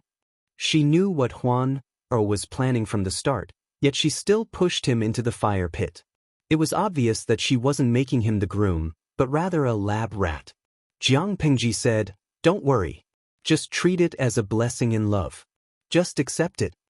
Even though Feng Zhen was a playboy, he wasn't completely unscrupulous. Even if Huan had ulterior motives, he couldn't not know the truth and sleep with her for no reason. Yet his lord kept him guessing and didn't want to tell him the truth. Since you're so curious, go find out the truth yourself. Feng Zhen took a deep breath and looked at the gold ingots worriedly. I'm afraid I'll lose myself before I can get anything out of her. Jiang Pengji teased him playfully. Don't worry. Tonight is your wedding night. I'll guard the door for you. If she wants to harm you, just scream and I'll rush in to protect your chastity. Feng Zhen's mouth twitched. He resisted the urge to kill his lord. Could it be a honey trap? Xiao Guang chewed on peanuts. Is she using this to sow discord between my lord and Zisher? To seek other benefits? Feng Zhen said, It doesn't seem like it. If it's a honey trap, the price is too high. Who would be willing to waste a 26-year-old beauty on him? You'll know once you go take a look. Jiang Pingji continued to urge him. I'll disguise myself as a manservant and follow you in. Feng Zhen said helplessly, Fine, that's all we can do for now. She had an unreliable lord, and her subordinates were even willing to sell their male charms. According to the rules of the brothel, Feng Zhen changed his clothes. He looked like a bridegroom. In the wedding room, the beauty had already dressed up. The air was filled with a sweet scent. Putting down the circular fan, Huan saw Jiang Pingji behind Feng Zhen. Her expression froze. She asked timidly, "Lengjun, this person," Feng Zhen said heroically, "she's just a manservant. You don't have to care about her. Otherwise you'll miss the night." Jiang Pingji made her face look very ordinary. The audience in the streaming room sighed. Jiang Pingji wasn't putting on makeup. She was obviously changing her face. Huan didn't continue talking about the manservant. She and Feng Zhen went through the procedure one by one. Just as they were about to drink the nuptial wine, a peanut hit the soft part of his waist. Feng Zhen was so shocked that his whole body trembled. He frowned and touched the edge of the peanut with his lips. He didn't touch the wine and put it down. Chapter 770. Why didn't he drink? Feng Zhen smiled bitterly. It wasn't that he didn't want to drink. It was his lord who warned him not to touch it. However, he couldn't say that out loud. He thought for a moment and found a reason. "It's not that I don't drink, it's just that I don't drink enough." Feng Zhen put down the gourd and said seriously, "I've been weak and sickly since birth. I've been taking good care of myself for many years and have only gotten better in recent years. I shouldn't drink too much alcohol or meat to avoid triggering the root of my illness and scaring Huan." He explained it so clearly that Huan Er's complexion improved. However, only she knew what she was thinking. Did he really drink the nuptial wine? Huan Er's expression didn't change. Her face was full of adoration for Feng Zhen, but her voice was unusually cold. After a while, a dry mechanical voice sounded in Huan Er's mind.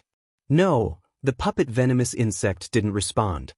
The puppet venomous insect, as the name suggested, could hide in a person's brain and control their words and actions without them realizing it. Huan wanted to use a normal loyalty talisman to control Feng Zhen, but his brain was much stronger than normal people's. Normal loyalty talismans wouldn't work on him at all. It wasn't just Feng Zhen. Almost all difficult tacticians couldn't be controlled by normal loyalty talismans. As for the unusual loyalty talisman, she didn't want to waste it on Feng Zhen, so she could only settle for something else. She searched the system store for a long time and finally found the puppet venomous insect. Not only did she want to use the puppet venomous insect to control Feng Zhen, but she also wanted to use him to get close to Jiang Pingji and find a chance to plant a level 9 loyalty talisman on her.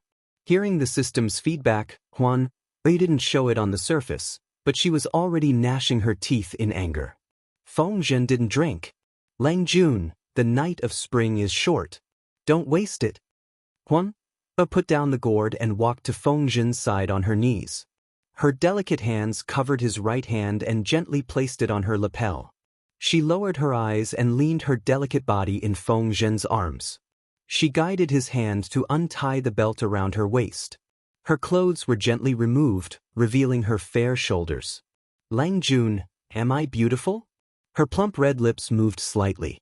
Her gaze was full of tenderness, as if there were thousands of stars twinkling in them. If it was someone else, they would have been moved by her gaze. Feng Zhen still didn't react. Instead, he smiled and glanced at the beautiful woman in his arms. "Very beautiful, the most beautiful I've ever seen in my life." He praised and tried to pull his hand back. At this time, there was some movement at his waist, and then there was the rustling sound of someone untying his belt. "My wife Huan, it's still early, since she's the most beautiful woman you've ever seen, why aren't you moved at all?" What else could Feng Zhen say? His private life was very unrestrained, but he knew very well what kind of woman he could mess with and what kind of woman he should avoid. Obviously, the beautiful girl in front of him belonged to the latter. Even though Feng Zhen still didn't know her background, the flaws she had revealed were enough to make him tense up. "My heart is swaying, how can I not be moved?"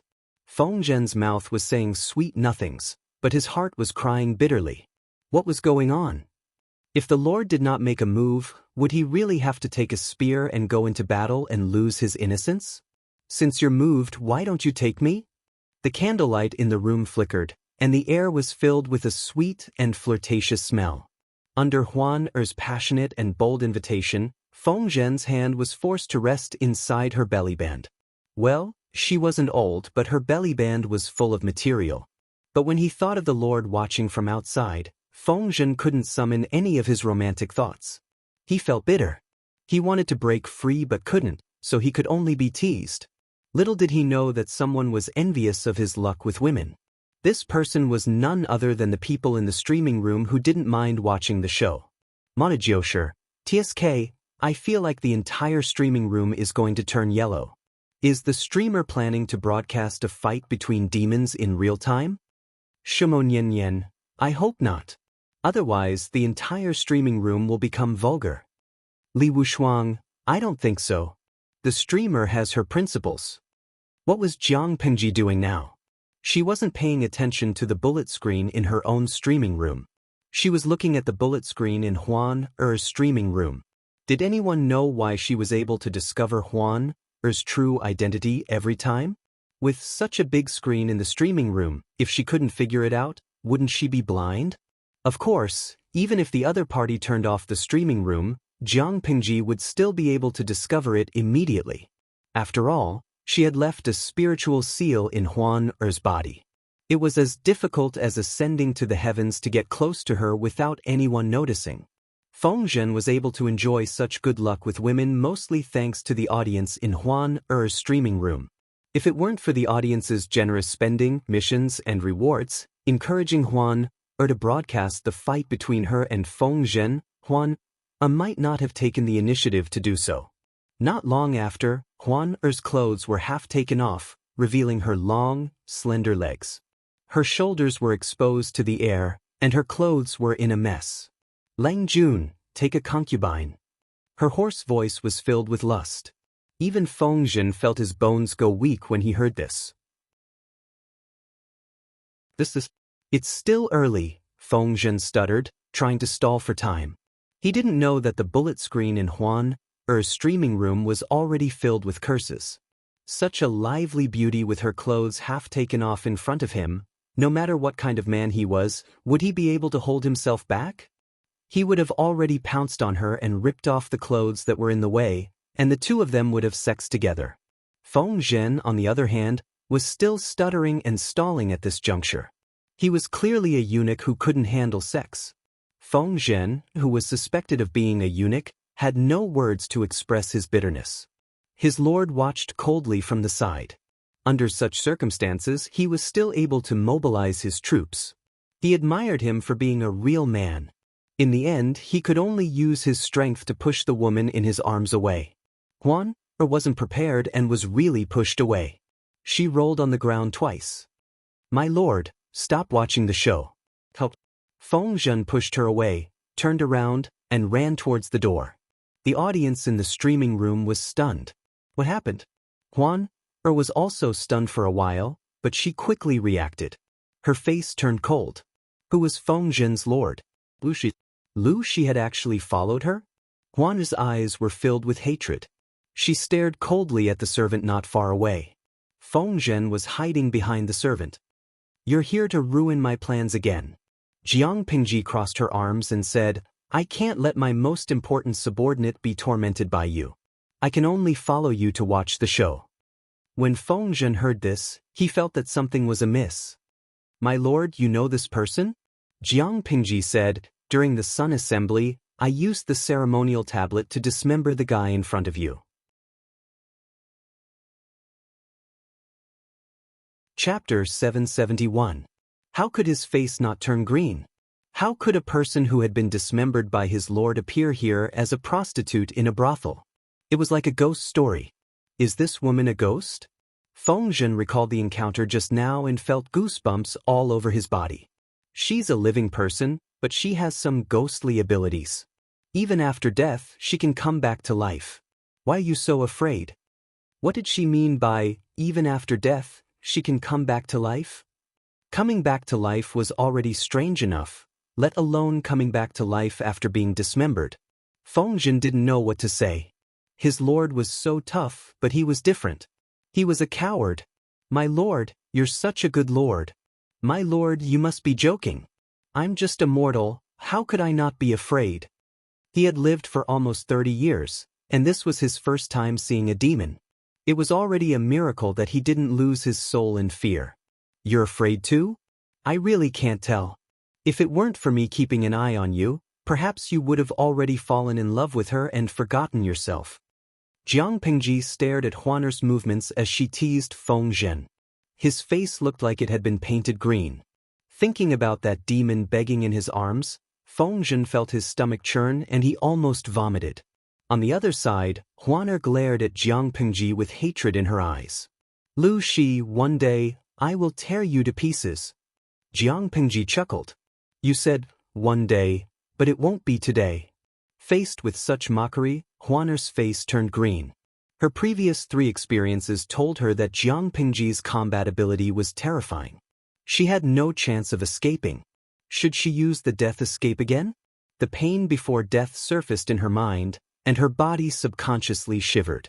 If not for the system's insistence, she wouldn't even want to appear in front of Jiang Pingji. She asked the system with a guarded expression, but her heart trembled. System, give me an idea. Do you want me to die? The system wanted to play dead and not answer, but it reluctantly said, Lu Shi is strong, but Feng Zhen is different. If death is certain, you can consider using Feng Zhen to restrain Lu Shi. If that doesn't work, you can still put the level 9 loyalty talisman into Feng Zhen's body. The rank 9 loyalty talisman only costs 25 million popularity points, but you'll need 1 billion or more to revive once. Every time she revived, she would need to borrow at least 100,000 popularity points. That was enough for her to buy 40 grade 9 loyalty talismans. Thinking of this debt, Lady Huaner's face turned ashen. She had died several times before because of the high price of the 9th grade loyalty talisman. Instead, she had paid the price of death. If he had known this earlier, he would have used a few more 9th grade loyalty talismans. Perhaps his situation would have been much better than it was now. What is this? Jiang Pingji frowned. She noticed that there was a strange layer of mental energy in Huaner's hands. I'll make you the most obedient lackey. For safety reasons, she even bought a few life substitution puppet cards from the system. This thing was very useful. If it weren't for the help of the life substitution puppet card, she would have been assassinated by Xie Qian. As she finished speaking, Huaner didn't care that her clothes were half undone. In a flash, she approached Jiang Pingji. Under Feng Zhen's horrified gaze, Huaner's 10 fingernails eerily elongated until they were 3 inches long. They were silvery white and extremely sharp. With a wave of her hand, 10 silvery white shadows were left in the air. The sight of them made people tremble and panic. Jiang Pingji was already familiar with her routine. She was about to kill him, but the attack that was supposed to land on a fatal spot deviated strangely. Huaner's heart went cold. Jiang Pingji had crushed a life substitution puppet with her bare hands. The system instructed in her mind, draw Lu Shi's attention away first, then focus on Feng Zhen. He won't be able to react in time. Huaner cursed under her breath. She knew what to do. What was the point of the system's advice now? Feng Zhen secretly wiped his sweat as he retreated from the battlefield. He could tell that if he continued to stay there, he would only cause trouble for his lord. It was better to leave so that she wouldn't have to restrain herself. Seeing that the last life substitution puppet had been destroyed, Huaner suddenly twisted her body. She was supposed to be charging at Jiang Pingji, but now she was charging at Feng Zhen. Her movements were as swift as lightning. Jiang Pingji had anticipated this. She moved in front of her and blocked the attack.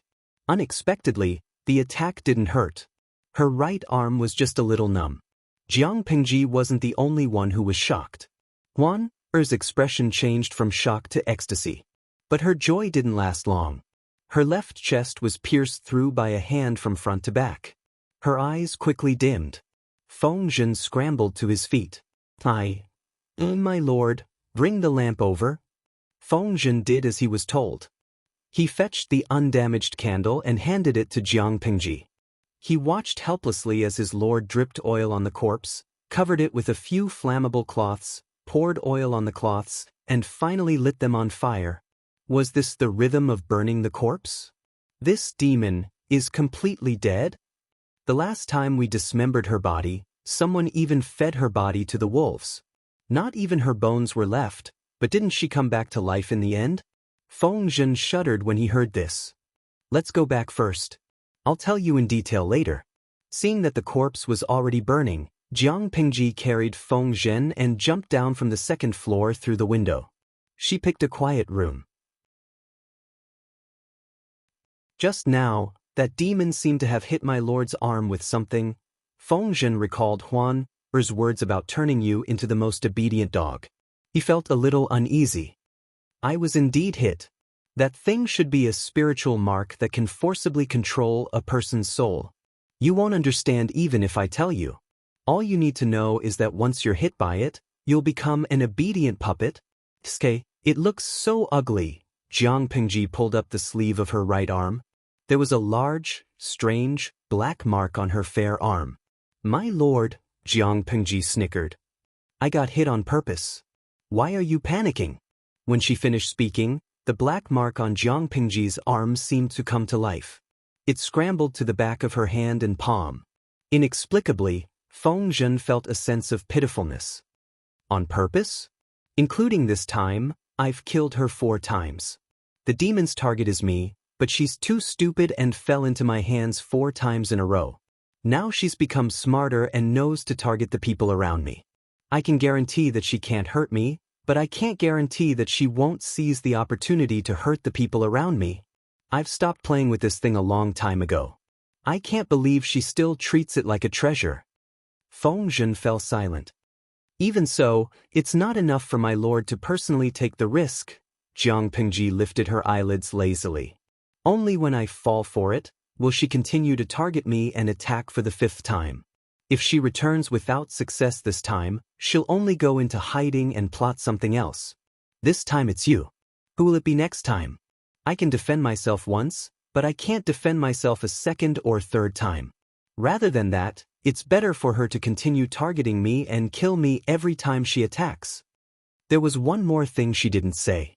Not only was she worried that the time traveler would target her subordinates, but she was even more worried that the time traveler would hide away.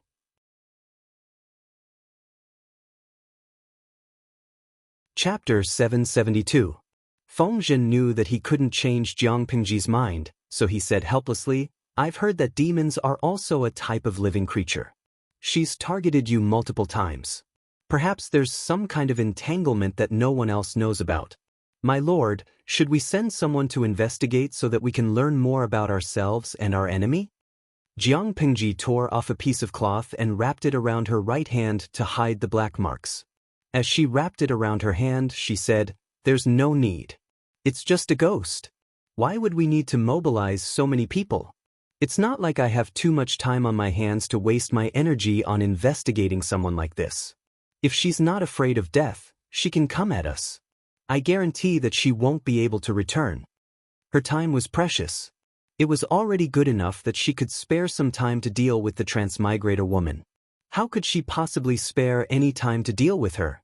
If the transmigrator woman continued to work hard, she would be in the mood to keep her company. Feng Zhen laughed bitterly. His lord's combat ability was already comparable to that of a ghost. Ordinary warriors could only look up to her. If we leave just like that, what should we do with that demon's corpse? Feng Zhen frowned when he heard the commotion coming from the 2nd floor. Most of the houses were made of wood. If the demon's corpse was allowed to burn, the entire building might be affected. Jiang Pingji's answer dispelled his worries. It's fine. My opponent and I are fighting already. Someone outside heard the commotion and rushed over. Furthermore, that person's corpse was placed in an open space. The fire won't spread for a while, so it won't be a big deal. Just as Jiang Pingji predicted, people quickly came in with basins of water and drenched the entire room. When the fire was extinguished, they finally found a skeleton from the messy scene of the fire. Seeing the charred skeleton lying on the ground, the group carefully examined the black accessories beside the body. They confirmed that the person who was burned was Huan Er, and they were all horrified. Tonight was supposed to be the wedding night of a beautiful couple. How could a fire break out without a sound and burn such a beautiful woman to death? In an instant, the entire brothel was filled with an aura of fear. Everyone was panicking. Report to the authorities. Report to the authorities right now. Someone's dead. Who exactly caused the death of Huan Er's wife? How utterly devoid of conscience. Beautiful women are unfortunate. I don't know which bastard would be so ruthless to even lay his hands on such a peerless beauty. The sounds of discussion continued. The onlookers gathered outside the boudoir and craned their necks to look inside. They could barely see the messy scene after the fire. It was a horrifying sight. Many of the guests recalled Lady Huan Er's heavenly beauty and sighed inwardly. If Lady Huan Er had chosen them as her husband tonight, they would not have mistreated her, nor would they have allowed her to die. However, no matter how much of a pity they felt, such a peerless beauty had already perished beyond the heavens and would be hard to find again. They all agreed that Huan Er's husband, Feng Zhen, had killed her. No matter how hard the crowd searched, it was as if Feng Zhen and his group had vanished from the face of the earth. At this time, a strange cold wind blew in the brothel, causing everyone's clothes to flutter, and they almost couldn't open their eyes. Monster! Monster! There's a monster! A shrill and terrified scream came from the second floor. The brothel keeper ran over with her thugs, and when she saw clearly, she was so shocked that she fell to the ground. The skeleton that had been burnt to a pitch-black skeleton actually stood up shakily. The dirty color faded from the pitch-black bones and was quickly replaced by clean, bright red muscles and nerves. Under the watchful eyes of the crowd, the dried corpse actually recovered its flesh and blood. Its skin was transparent, and the flowing blood vessels and beating heart could be seen clearly with the naked eye. After another breath's time, the transparent skin became tender and snow-white again. Before the crowd could recover from their shock, the corpse had turned from a skeleton into a living, naked beauty. Her hair was as black as a cloud, and other than her hair, eyelashes, and eyebrows, her body was completely bare. Not a single strand of hair could be seen on her body. Her skin was white and translucent, like a beautiful piece of jade. She was so gentle and delicate that people couldn't bear to put their hands on her. Unfortunately, in the face of such a heavenly beauty, the onlookers who witnessed the entire process couldn't muster up any romantic thoughts. Monster! Someone took a few steps back in fear, and then sat on the ground on his butt. A foul smell came from his crotch, and the wet urine was everywhere. Suddenly, the monster opened her eyes. The crowd didn't dare to look her in the eye, and started to run away in a panic. Those who didn't run were mostly too scared to run. Seeing this, the monster sneered coldly, "Cowards!" With a wave of her hand, she tore off the tattered cloth that hadn't been completely burnt, and used it to cover her private parts. Then she jumped through the window and disappeared. Monster! Monster! Seeing this, the brothel keeper was so scared that her eyes rolled back, and she fainted. On the other side, the time traveler who was mistaken by the crowd as the monster hid in a safe place and changed into a red dress. She asked the system excitedly in her mind, did Lu Shi really get hit by the level 9 loyalty talisman? The system suppressed its excitement and replied, reporting to the host, Lu Shi was indeed hit by the level 9 loyalty talisman, and the talisman has already taken effect. Once again, the time traveler received a positive answer, and her heart was in turmoil. She had no choice but to be excited. She had fallen into Jiang Pingji's hands so many times, and this time, she had finally made a comeback. She was in such a good mood that she didn't even feel bad about the debt of $2 billion. Jiang Pingji had burned her body, and if the system wanted to repair this body, it would have to pay more popularity points. The system was a profiteer who demanded an exorbitant price of $2 billion, and the time traveler could only pinch her nose and accept it. If it was in the past, she would have exploded in anger. But now, she had never felt so happy in her life. Even the profiteer, the system, found her pleasing to the eye. Jiang Pingji was hit by the level 9 loyalty talisman, and she would become the most obedient puppet and lackey. She would no longer be a hindrance to them. I'll go find Lu Shi now. The time traveler secretly gritted her teeth, and her eyes were filled with malice.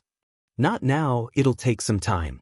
The system stopped her, lest the time traveler girl court death again. The system explained, the level 9 loyalty talisman invades a person's brain on a spiritual level. The stronger the person's spirit is, the greater the resistance. Lu Shi's spirit is very strong, and he's not easy to control.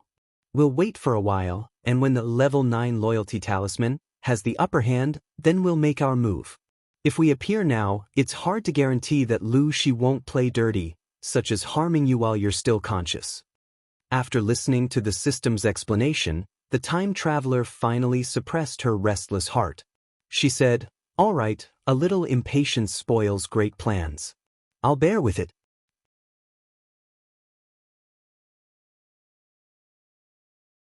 Chapter 773. Before Jiang Pingji left for the alliance meeting, she gave Wei Ci a secret mission. Now that the alliance meeting was nearing its end, the merchant teams that Wei Ci sent out had arrived at the north borderline one after another from different routes. The 3 tribes of the northern borderline were stunned by the sudden horse plague. Not only did their military strength suffer, but their economy also collapsed. The large stud farm was severely damaged, and the imperial court still gave them some subsidies and support. However, the small stud farm and the normal herdsmen were in deep trouble. A few caravans entered the border of the northern territory, and they were extremely surprised when they saw the desolate scene that was no longer as bustling and prosperous as before. How long has it been? How did Beijiang become like this? They were not the only ones who wanted to know the answer to this question. Countless herdsmen of the northern borderline who had lost their families also wanted to know the answer to this question. Why had things become like this? Before the horse plague, the northern borderline was Dongqing's greatest threat. In the eyes of the north borderline, Dongqing was just a piece of fatty meat stained with blood. Sooner or later, they would tear it into pieces and swallow it into their stomachs. After the horse plague, everything changed. First, the warhorses suddenly died from the disease. Less than 10 to 20% of them survived. Then, the horse plague spread further and affected ordinary horses. The quality of ordinary horses was inferior to that of meticulously trained warhorses. After the horse plague ravaged the area, the death rate of the horses reached a terrifying rate of less than 1%. As you all know, ever since this king ascended to the throne, he united the 3 tribes of the northern borderline, causing the military strength of the northern borderline to skyrocket. The king of the imperial court was not satisfied with this. He was still very ambitious. All these years, he had been training warhorses on a large scale. Wasn't it to attack Dongqing? In order to breed a large number of warhorses in a short period of time, the imperial court even encouraged ordinary herdsmen to breed horses in large numbers. Ordinary herdsmen could buy foals from the stud farm and sell them to the farm after they grew up. Many herdsmen profited from it and attracted more and more herdsmen to raise. Many herdsmen saw that it was profitable and sold their cattle and sheep to raise horses. Many borrowed money to raise horses. When he said that, the old man from the merchant group clicked his tongue. His hoarse voice had a tinge of schadenfreude. Now, with the horse plague, all the horses that ordinary herdsmen have reared for a year or 2 have died. Everyone sucked in a breath of cold air. They finally understood that for many northern borderline herdsmen, horses were money. A single horse plague had caused their efforts and money to go down the drain. After working hard for several years, not only did he not earn anything, he even lost his underwear. Apart from those who came from wealthy families, many ordinary herdsmen were so poor that they couldn't even afford to eat. Countless families had been ruined. At this moment, a merchant lamented, "How pitiful!" Someone didn't agree and mocked coldly, "How are they pitiful?" It is obvious that the northern border imperial dynasty is too evil. If it weren't for their ambition, the herdsmen wouldn't have been persuaded to raise horses instead of cattle and sheep. Now that we have provoked the horse plague, it seems that God has opened his eyes. In the beginning, ordinary herdsmen mostly herded sheep and cattle, and there were not many horses. Because of the northern borderline's imperial court's repeated calls, the herdsmen reduced the number of sheep and cattle and switched to raising horses. Otherwise, these herdsmen would not have ended up in such a state. It was clearly the northern borderline imperial court's fault, but in the end, the common people had to pay the price. "Shut up," Hearing this, everyone was shocked and hurriedly warned. This is the northern borderland. If the barbarians hear this, do you want to die? After traveling for a while, the caravan received very few sheepskins, rabbit skins, mutton jerky, and rabbit jerky. The herdsmen don't raise sheep anymore. How much dried goods can we get? Looking at the dried goods they received, many people frowned. After so many days, they had only received so little. How were they going to report in the future? Didn't we say to buy as much as we can? Anyway, we don't have to worry about sales, we just need to buy. We can make a profit no matter how much we buy. Even so, after several caravans walked around the 3 tribes of the northern borderline, they had received less than 20,000 sheepskins and rabbit skins. If it was in the past, they would have received 30,000 to 40,000 sheepskins and rabbit skins, and even more mutton jerky and rabbit jerky. The size of these caravans varied, and they seemed to be ordinary caravans, so they did not attract the attention of the officials. Apart from sheepskins and rabbit skins, they also bought many special products unique to the northern borderline, and privately agreed with the ordinary herdsmen that they would come back in 2 to 3 months. Even so, the caravan was not optimistic about the prospects of the next purchase. For these goods, I don't know how many people have gone. The next time we come, we probably won't even get mosquito meat. They bought all the goods they could, and almost cleaned out the ordinary herdsmen's stores. If they came back in 2 to 3 months to buy again, even if they were willing to pay a high price, the herdsmen would not be able to produce the goods. A merchant interrupted. After a while, the pasture in the northern borderline will be lush, and the herdsmen can raise more rabbits and sheep. Anyway, the horses they raised are all dead, and the pasture is just sitting there. It's better to raise some small animals that can support their families. If they didn't find a way to support their families, these unlucky herdsmen would be so hungry that they would have to eat grass. The merchant continued, in my opinion, rabbits are not bad. They give birth quickly and give birth quickly. Sheep and rabbits had different growth cycles. They couldn't raise a lot of sheep in 2 to 3 months, but they could raise rabbits. If they wanted to have enough to eat in a short period of time, raising rabbits was a good choice. The pastures in the northern borderline were so big, and there was grass everywhere. It was convenient to raise rabbits without having to worry about feeding them. At this time, someone raised a different opinion. If we really do as you say and they only raise rabbits, then we can only buy them. I don't know how much money we'll lose on this trip. The head of the caravan clicked his tongue and said indifferently, people in Wanzhou are rich, and they like these things. We'll do business along the way, and we'll earn twice as much on this trip.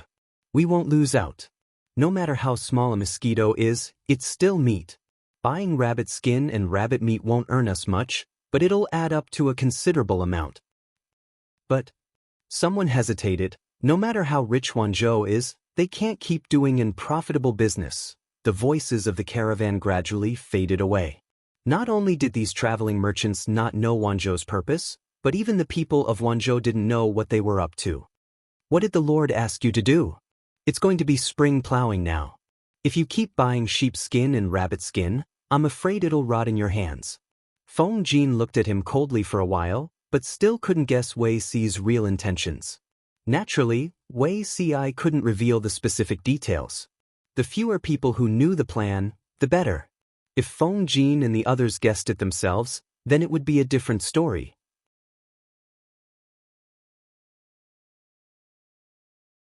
Chapter 774. Feng Jin wasn't someone who could be easily dismissed. He said, preparing for a rainy day a year in advance, isn't your reason too perfunctory? Wei Si laughed involuntarily and said lightly, I also want to find a reason that isn't perfunctory, but I still haven't found one. Feng Jin was so angry that he almost fell down. This person actually shamelessly admitted it. Wei Si's mouth was like a gourd with its mouth sawed off. It was so tight that he couldn't get any useful information out of him. Feng Jin steeled his heart and thought to himself, if Wei Si doesn't want to say it, then I won't say it. I'll guess it myself. However, Feng Jin was born into an aristocratic family. He usually went out in a carriage with a servant accompanying him. His knowledge was broad enough, but his field experience was slightly lacking. He thought for a long time but still couldn't guess the real intention. In the end, he could only quietly ask Qiguanrang. Qiguanrang was born in the border of Dongqing. His father was a barbarian from the northern borderline, so he knew far more about the northern borderline than Feng Jin. Feng Jin found a suitable time to stop Qiguanrang and casually mentioned it while chatting. Qiguanrang listened and pondered for a while. His pupils suddenly shrank, and he quickly grabbed Feng Jin's arm. You said that the Lord asked Zixiao to arrange for a caravan to go to the northern borderline to buy sheepskin and rabbit skin? When he asked this, Qiguanrang's face turned a little more livid. Feng Jin was shocked by Qiguanrang's action, but he quickly calmed down and asked, Wen Zheng, do you know the Lord's intention? Qiguanrang laughed bitterly. His aura dissipated, and a little helplessness appeared on his face. He said bitterly, I have a rough guess, but I don't know if it's accurate. Seeing Qiguanrang's reaction, Feng Jin knew that this matter wasn't simple. He looked left and right. Even though there was no one around, he still cautiously invited Qiguanrang to his house to discuss in detail. If this matter was related to the entire Wanzhou's strategy against the northern borderline, he couldn't just casually talk about it. Wen Zheng, don't be in a hurry to say it. Why don't we sit down at my house and discuss this in detail? Qiguanrang wasn't surprised by Feng Jin's actions. This person had always been cautious and self-restrained. Even if there were only the two of them around, Feng Jin wouldn't be careless. When they arrived at Feng Jin's residence, the two went to the study and dismissed the servants. After confirming that it was safe, Feng Jin asked solemnly, What exactly did Wen Jing guess? Qiguanrang never left his fan. Every time he encountered something important or when he was nervous, he would habitually fan himself. Now that the weather was still chilly, his fanning made it even colder. He did not answer Feng Jin's question directly. Instead, he talked about an old matter. Qiguanrang said, Rang was born in the borderlands. The people nearby often make a living by herding sheep and cows. There was a family that raised nearly 100 sheep. They were considered a big family in the village. This family liked to let their sheep graze at the foot of the mountain. Huayu, guess what happened next? Feng Jin imagined the scene in his mind. If there were hundreds of sheep grazing in a small area, there wouldn't be enough food, right? No more grass to eat? Qiguanrang fanned himself even harder. He blew away all the heat in the vicinity. Feng Jin leaned closer to the charcoal brazier. It's not just grass to eat, those goats are so hungry that they've dug out the grass roots.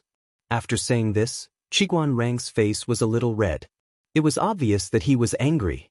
Then he said, There's an ancient book that says, a cunning rabbit has 3 burrows. From this, it can be seen that rabbits not only eat grass, but they're also used to living in burrows. They hide in their burrows during the day and look for food at night. They dig holes to prevent the enemy from harming them. After hearing this, Feng Jin vaguely felt that something was wrong. However, he did not understand why Qiguanrang's reaction was so intense. If he thought about it in the direction of northern borderline and combined it with Qiguanrang's words, a flash of inspiration flashed through Feng Jin's mind. Could it be that the Lord and Zixiao want to touch the grasslands of northern borderline? Feng Jin was shocked for a long time. He almost could not close his mouth. The barbarians of northern borderline had been a hidden danger for a long time. Since the chaos of the 16 kingdoms, the barbarians had been eyeing the central plains covetously. Their land was not suitable for farming. They often gathered together with horse caravans to raid the borders. They burned, killed, and looted. How did the ancestors of northern borderline, the Qiangu tribe, become so powerful? To put it nicely, the Qiangu tribe was brave and ferocious. To put it bluntly, they were just a group of beasts in human skin. Not only did they burn, kill, and loot, they also kidnapped countless Central Plains women and kept them captive. Not only did they use them as food, but they also used them as mobile reproduction machines. They used these innocent girls as carriers to force them to give birth to children and expand their population. In the middle of the chaos of the 16 kingdoms, the Qiangu tribe only had a population of 200,000.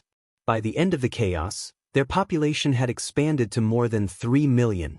From 200,000 to 3 million. Looking at these shocking historical documents, he could only imagine the faces of countless women in pain. However, Although the barbarians of northern borderline were hateful, they knew how to ride horses since they were young. They were very good at fighting on horseback. If they could not win, they would run. After the Xia kingdom was founded, they went on several expeditions to northern borderline in an attempt to stop them from raiding every season. However, the results were minimal. Until now, they still had no effective way to deal with northern borderline. They could not defeat them in battle, and stopping them was ineffective. After all, they could not send a large number of troops to be stationed in this place. Countless sages had worried about northern borderline. No one had thought of directly attacking the pasture in northern borderline. Feng Jin's heart was beating wildly, and his face showed obvious joy.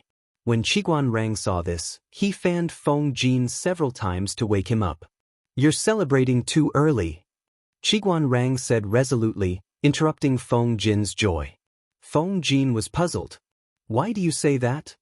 Qiguan Rang sighed. If this method was really that good, why would he be complaining here? Just like Feng Jin, he was so happy that he did not know what to do. "You don't understand. If the Lord really used this method to attack northern borderline, she might really be able to destroy the entire northern borderline. However, it would only be a lose-lose situation." Qiguan Rang paused at this point. He did not know how to continue. After all, Feng Jin was a pure Central Plainsman. Feng Jin frowned. "You mean a lose-lose situation?" Qiguan Rang let out a long sigh. "That's right. Even if we can really rely on this method to destroy northern borderline, the Lord will not be able to gain any benefits. Although northern borderline is hateful, the people who do evil are in the minority. If the entire grassland is destroyed, what will happen to the innocent people?" Limited by the background of the entire era, Qiguan Rang did not know the concept of grassland degradation and desertification. He only vaguely guessed it. Even if it was just a guess, he could foresee the disaster that would be brought to northern borderline after this plan was implemented. Feng Jin was a pure Central Plainsman. Those who were not of the same race would definitely have different intentions. However, Qiguan Rang was of mixed blood between northern borderline and the Central Plains.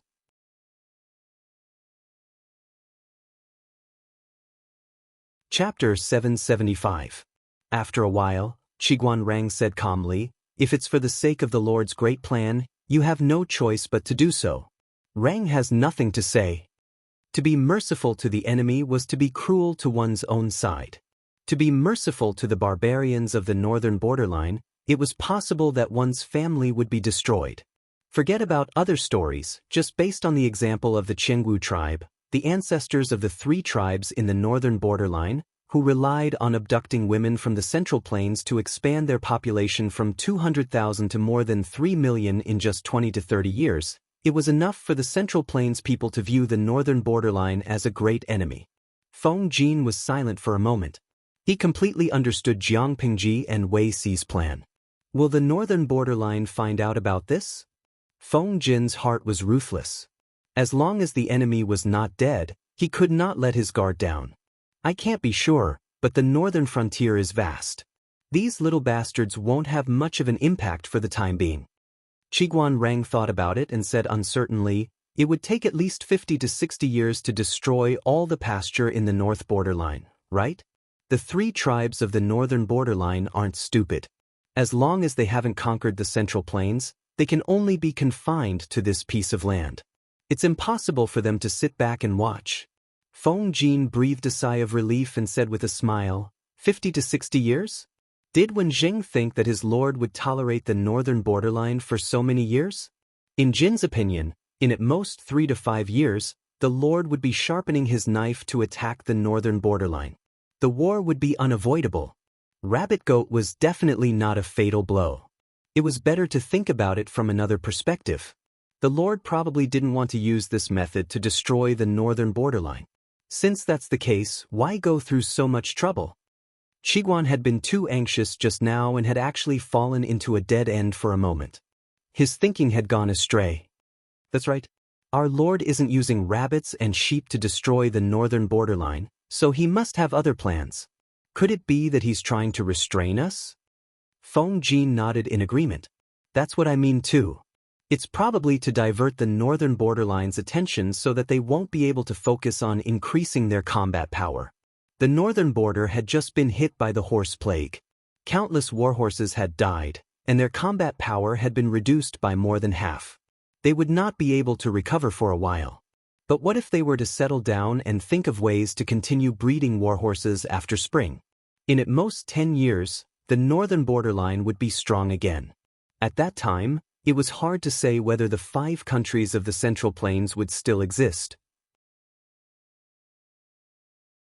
It's hard to guarantee that the northern borderline won't take this opportunity to invade. As Qiguan Rang listened to Feng Jin's words, he recalled the chaotic history of the 16 kingdoms. If the 5 countries of the Central Plains also fell into chaos, wouldn't the situation be the same as the 16 countries that had been at war for hundreds of years? It was not impossible for the border barbarians to take advantage of the situation. At that time, the Central Plains would be weak while the barbarians would be strong.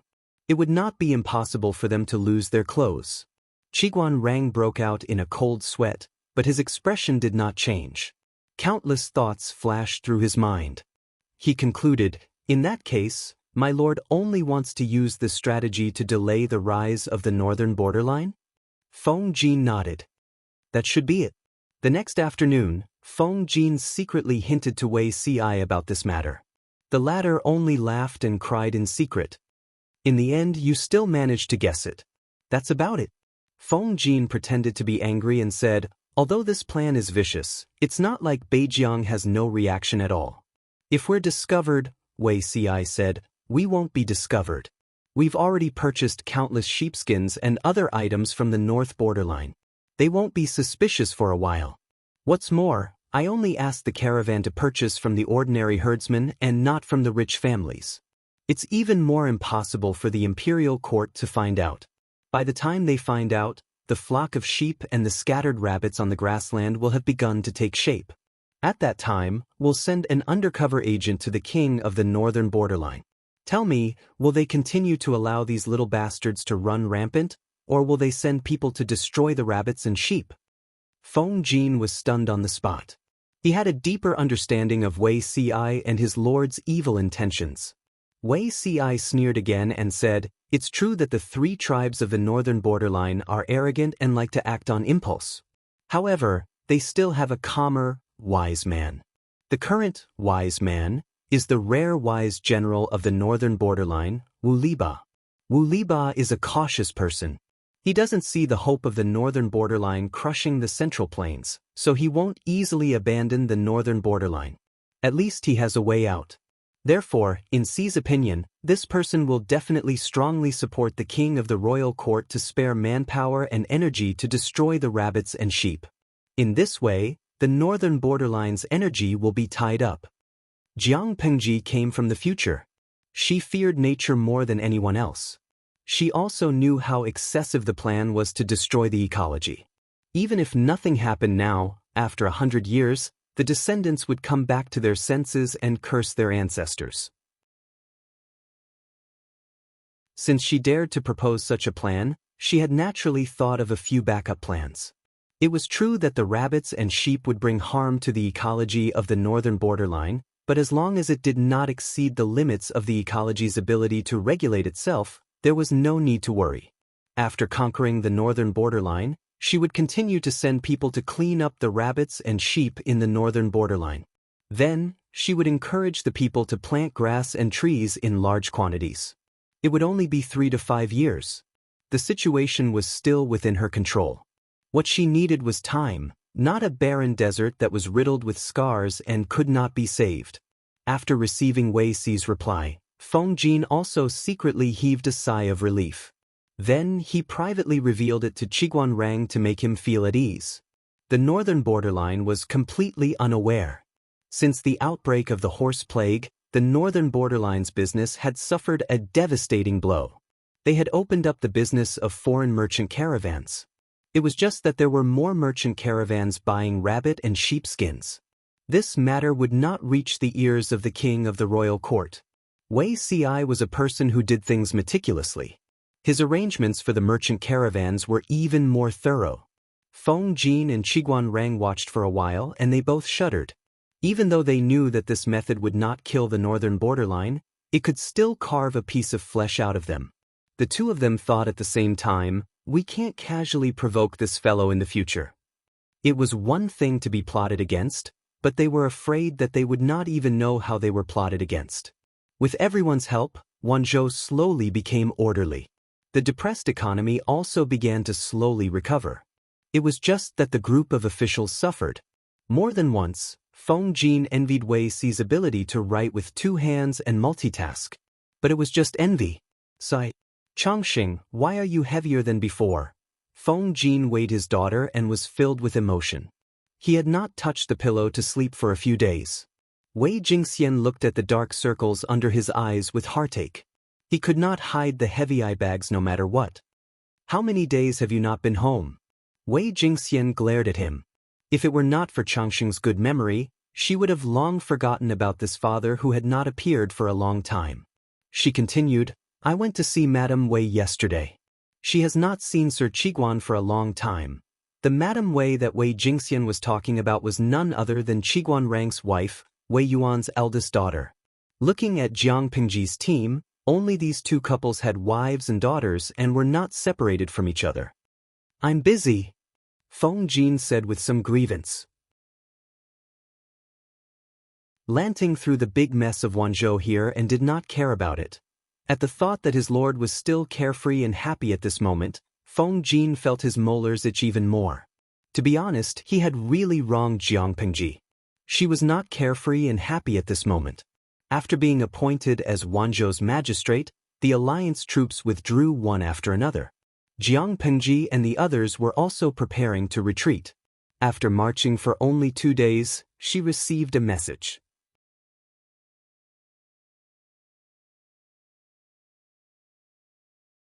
Chapter 776. There were 23 forces in the alliance. Some had more soldiers, some were fewer, and some were stronger than others. However, since they had a place in the alliance and had the right to speak, the troops they brought with them were naturally not weak. The force that was ambushed by Prince Changshou's army was the county chief of Wulong County in Haozhou. Jiang Pingji sneered. So this old man is waiting here. Does he want to capture all of the alliance forces in one fell swoop? It was one thing to proclaim himself emperor 7 days before the former emperor, but now he refused to retreat and was waiting at the border of Qinzhou to ambush the scattered alliance forces. The county chief of Wulong County was an impatient person. He wanted to return to Haozhou immediately after taking credit for the rescue mission, but he didn't expect to lose his life. Jiang Pingji's scouts were the first to discover the remnants of Wulong County in Haozhou. They heard about it from the survivors. The situation was serious, so Jiang Pingji didn't continue on her way. Instead, she chose to rest and reorganize while gathering people to deal with the situation. Everyone's faces turned pale when they heard what the remnants of Wulong County told them. Prince Changshou had been emperor for more than half a month, but he had been quiet and didn't do anything. The alliance forces camped outside the imperial city of Qinzhou for a while. At first, they said they were there to protect the imperial court. To put it bluntly, there were 23 forces in the alliance, ranging from the governor to the county magistrate. They had gathered more than 400,000 soldiers. The 400,000 soldiers camped outside the imperial city of Qinzhou. Their camps were connected, and their flags fluttered in the wind. It was a majestic sight. However, the royal family didn't feel safe when they saw this. The 400,000 soldiers didn't listen to their commands. After Prince Changshou became emperor, he didn't target the imperial city of Qinzhou, nor did he intend to attack it. Therefore, some people couldn't help but think that maybe Prince Changshou was satisfied with being emperor and planned to retreat to his fief in Zhangzhou. As a result, the alliance forces protecting the imperial city of Qinzhou and resisting Prince Changshou seemed unnecessary. The Empress Dowager wasn't a strong woman with foresight. She was just an ordinary woman. It was already good enough that she was familiar with makeup, clothing, and jewelry. How could she have any knowledge of politics? Her biggest skill was having a messy private life. She had cheated on her late husband countless times. The relatives of her mother's family had secretly slandered her several times, urging her to find trouble with the Allied forces and secretly squeeze them. The Empress Dowager still wanted to secretly take back the military power that was scattered in the hands of the Allied vassals. From the Empress Dowager's point of view, how could she sleep soundly when there were 400,000 troops of unknown loyalty stationed outside the imperial city where she and the young emperor lived? As a result, she had spoken several times in court meetings, vaguely mentioning the matter of withdrawing troops and handing over military power. The allied army of the feudal vassals all pretended to be ignorant. The royal family of Dongqing was nothing. What right did they have to take back the military power in their hands? Who gave them so much face? Thus, the allied forces all chose the former option. If they wanted to retreat, then so be it. Who would want to stay in the imperial city of Qinzhou? Recently, many of the alliance's vassals had packed their bags and spoils of war, preparing to return home. Haozhou wasn't far from Qinzhou, and the Wulong County governor was an impatient person. He was secretly annoyed by the Empress Dowager, so he left without a second thought. Who would have thought that the Wulong County's governor, who had withdrawn his troops several days earlier, would die just like that? Jiang Pingji scanned the crowd and clenched the bamboo slip in her hand. We have more than 10,000 elite soldiers and strong generals. Even if we were ambushed by Prince Changshu in advance and caught unprepared, we shouldn't have lost so miserably. After a night of fierce fighting, there are only a few dozen soldiers left. Although there were dozens of defeated soldiers who managed to escape alive, they were all wounded, and a few of them even suffered extremely serious injuries. If it weren't for the fact that they were still holding on to their last breath, these people might have already died. Even so, more than half of them had been left with physical disabilities that could never be cured. As for the Wulong County governor, he had died a heroic death in the ambush. Not even his bones were left. Before he died, he entrusted his only remaining bloodline, the 11-year-old Kai Xiang, to his trusted aide and asked him to protect Kai Xiang as she broke out of the encirclement. Jiang Pingji had the logisticians take care of the wounded. Only when those with lighter injuries woke up would she be able to ask for more first-hand information. When everyone heard this, their hearts sank. Li Yun pondered for a while, then said, "It seems that Prince Changshu intends to take advantage of the disintegration of the alliance army to defeat them one by one. For now, should my lord send people to chase after the other allied forces? At the very least, they can't be left alone and give the enemy an opportunity?" The first force to leave Wulong County had already been destroyed. The 11-year-old Kai Xiang had escaped. It was not an exaggeration to say that it was a massacre. Thinking about the grudge between their lord and Prince Changshu's forces, this ambush would fall on them sooner or later. Although Jiang Pingji and Lu Shi's forces added up to only 30,000 troops, so it should be safer, but life was unpredictable. Who knew how many troops Prince Changshu would send to ambush them? Even the newly joined technicians, Qi Kuang and Xiao Guang, were not optimistic about this idea, not to mention Yang Si and Feng Zhen. The allied forces come from all over the world, and they all have different paths. The most eye-catching among the forces in the north of Dongqing are my lord and the old master. If we were to count them, there is also the Haozhou Mauda County Governor, Huang Song. But who knows where Huang Song is now? The allied forces did not evacuate at the same time. They were separated by a day or two. In ancient times, communication was not very developed. It was not easy to contact the allied forces. Li Yun's expression darkened. That's true, it was better to rely on oneself than on others. Who knew what the other allied forces were planning? When Li Yun mentioned the other allied forces, Jiang Pingji suddenly thought of Yang Jian. Yang Jian was the county chief of Zhangzhou's Dongmen County, and Zhangzhou was Prince Changshu's original fief. Yang Jian's achievements today were all thanks to Prince Changshu's promotion. Logically speaking, Yang Jian should naturally be in Prince Changshu's camp, but he joined the allied forces. According to Prince Changshu's narrow-minded personality, how could he let Yang Jian and the others go? However, she thought of Wang Lin, who was by Yang Jian's side. That young man had always been vigilant, so he might not be at a disadvantage. As they were talking, a messenger reported that someone from Wulong County had woken up, and he was a trusted aide. Thank you, Commander, for saving my life. The person's body was wrapped in white cloth that oozed blood. Although there were many wounds on his body, none of them were fatal, so he had woken up earlier. 2 medical female soldiers carried him in on a stretcher. The person propped himself up and bowed to Jiang Pingji. No need for formalities. Jiang Pingji skipped the step of asking about his well-being and asked directly, what did the Wulong County chief encounter to end up in such a state? When and where did that traitor ambush you? How many troops did he have?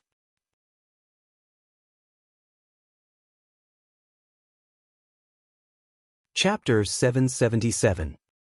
If it's only 10,000 soldiers, there's no need to worry. Feng Zhen frowned, showing no signs of relaxing. But for a night ambush, we must choose strong soldiers with good eyesight. Otherwise, what's the difference between sending a bunch of blind people to battle? Moreover, it's the latter half of the night, which requires even more eyesight. It's hard to guarantee that there won't be any reinforcements. Although Jiang Pingji often brought thousands of soldiers to conduct night attacks were rare and the chances of success were low. Of course, if they succeeded, the results would be bountiful. In ancient times, people lived in poverty and were malnourished. Sometimes, they couldn't even afford to use salt, which led to all kinds of diseases, let alone a balanced diet. Under such circumstances, many people were infected with night blindness, and they were like blind people when they walked at night. Under such circumstances, very few generals would choose to conduct night attacks. But in the history books, there were still examples of night attacks. Every battle was fought beautifully, and their names were recorded in the annals of history. But if you looked closely, you would notice that the scale of night attacks was relatively small, with only a few hundred to a few thousand people. As for Prince Changshuo's troops, Yang Si lowered his eyes, a hint of mockery in his voice. Sending 10,000 soldiers to conduct a night attack is impressive. Let's make a wild guess. First, some of the Wulong County chief's subordinates might be working with the enemy from the inside. Otherwise, why didn't the night patrolling guards notice the tens of thousands of soldiers? Second, the total number of enemy soldiers is far more than 10,000. Normally, it's less than 10% of the soldiers suitable for night attacks. Why would Prince Changshuo place more than 100,000 soldiers at Jimen Pass and wait for us? That's impossible. But if the entire army is made up of elite soldiers, then maybe 2 out of 5 fit the bill. The worst-case scenario is that the enemy is made up of elite soldiers. Feng Zhen was speechless. Jing Rong, are you saying that there are between 20,000 and 25,000 enemies hiding near Jimen Pass? It's just a rumor. It doesn't count. Yang Si smiled and said to Jiang Pingji, whether you believe it or not depends on your judgment, my lord. If the Wulong County chief's troops could provide more detailed data, Yang Si would at least be more confident. The problem was that the other party had been beaten senseless, and it was impossible to get a more accurate number in the chaos of war. Yang Si's speculation and the reality of the situation would be more and more different. In short, the next target of the enemy's ambush was very likely to be them, so they had to be on guard. If they thought that the enemy only had 10,000 men while their own had 30,000 men and horses, they would be careless. Perhaps they would capsize in an easy task. Jiang Pingji did not say a word. She just clasped her fingers together out of habit and fell into deep thought. After a while, she continued asking the remaining troops of the Wulong County governor, can you recall the details of that night? Where did the enemy attack from? Has the commander appeared? The middle-aged man tried his best to search for the relevant memories. His mind was filled with the carnage of that night. His face revealed a pained expression. Although the soldiers were used to seeing life and death, no one could accept their former comrades falling at their feet. They used their bodies and lives to cover for them, opening up a path for survival. The man thought for a while and barely remembered the details of that night. That night, there was indeed an extremely valiant general. Almost no one could stop him. It was this person who cut off the head of the county governor. The man's lips trembled. He suppressed his emotions and said, if I remember correctly, those bandits attacked from the right camp. After saying this, he recalled some more details. After this gentleman's reminder, now that I think about it, Perhaps there really was a spy. His face became even paler, as if a thick layer of powder had been applied to it. The sudden appearance of the enemy is one thing, but there was also something wrong with our soldiers that night. Although it was the second half of the night, all of them seemed very tired. Usually, we would not be at a disadvantage in a one-on-one battle, but that night, we were utterly defeated.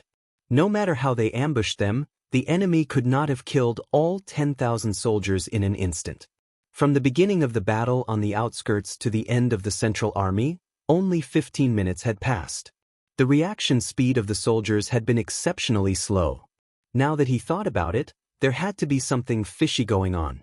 Perhaps there really was a spy who added something extra to the soldiers' meals? Thinking about this, he suddenly raised his hand and took out a roll of something wrapped in dried lotus leaves from his armor. It looked soft and fluffy. This was the dinner of that night. I wanted to save it for the next morning, but can the military doctor take a look and see if there's anything wrong with it? Marching to war was different from other things. One meal was usually enough to last 2 or 3 days. The soldiers always ate cold leftovers. It was good enough to have dry rations. Since the night of the attack, he had been hungry for 2 days. He had not eaten the food either. He had left it all for the young lord, Kai Xiang. Now that he thought about it, Kai Xiang had been sleeping most of the way. Even when he was awake, he was still somewhat listless. At that time, he thought that Kai Xiang had lost his father and was grieving. Now that he thought about it, he shuddered. Jiang Pingji's expression was solemn. She waved her hand and asked the military doctor to come over and take a look. The military doctor's medical skills were not outstanding, but he could still handle ordinary external injuries. He had a rich knowledge of pharmacology. Even though the weather was still cold, the food had been left for 2 or 3 days. It was slightly rancid, but the military doctor could not smell it. He had no choice but to pinch some of it and put it in his mouth. He carefully identified the abnormality other than the rancid smell. After a while, his expression was solemn. Reporting to my lord, it was mixed with sleeping grass that calms the nerves and induces sleep. In addition, there are traces of golden eggplant. Golden eggplant? Jiang Pingji frowned. She glanced at the screen of the streaming room and wondered what it was. Wahao AIGG. I checked on Baidu. Golden eggplant is the common name of datura. In modern society, this thing can also be used for medical purposes. Golden eggplant made from datura is used for surgical anesthesia.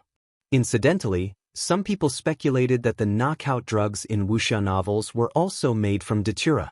If this thing was mixed with food, it could really induce sleep. It seemed that there was a spy. As for sleeping grass, the audience in the streaming room could not find it. In fact, it was impossible for them to find it. Sleeping grass was a special kind of horse grass unique to this world. It could induce sleep and calm one's mind. Horse grooms would always carry some with them. This thing was used to calm down horses that were full of energy and restless emotions during the spring season. It was used to calm down horses that were full of energy and agitated. However, sleeping grass took effect quickly and lasted for a long time, but the medicinal effect was not strong. Instead, it was relatively mild and difficult to detect. In that case, there was a spy who drugged the food of the defenders. The enemy took advantage of the effect of the drug and the soldiers were tired. That was how the night attack was successful? When the burly man heard this, he immediately burst into tears. He mourned that his comrades had died unjustly. Jiang Pingji did not feel anything. War was never a matter of conforming to the rules. Generals were not brainless warriors. On the battlefield, each of them was more sinister and treacherous than the other. In Jiang Pingji's opinion, it was not a big deal to drug the enemy's food. If it was not for the fact that the strong poison took effect too quickly and was easily discovered, perhaps the enemy would have asked the spy to kill them directly.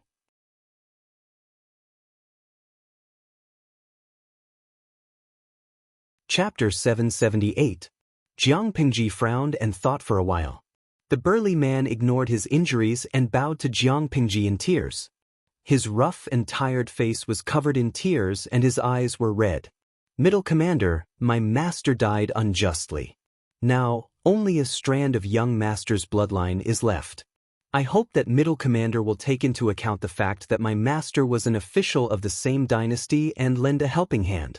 Send someone to escort young master back to Wulong County of Haozhou. I am willing to serve you for the rest of my life. The tall and sturdy man was crying and kneeling to someone. No matter who it was, they would definitely be moved by this sight. The viewers in the livestream room were moved by him.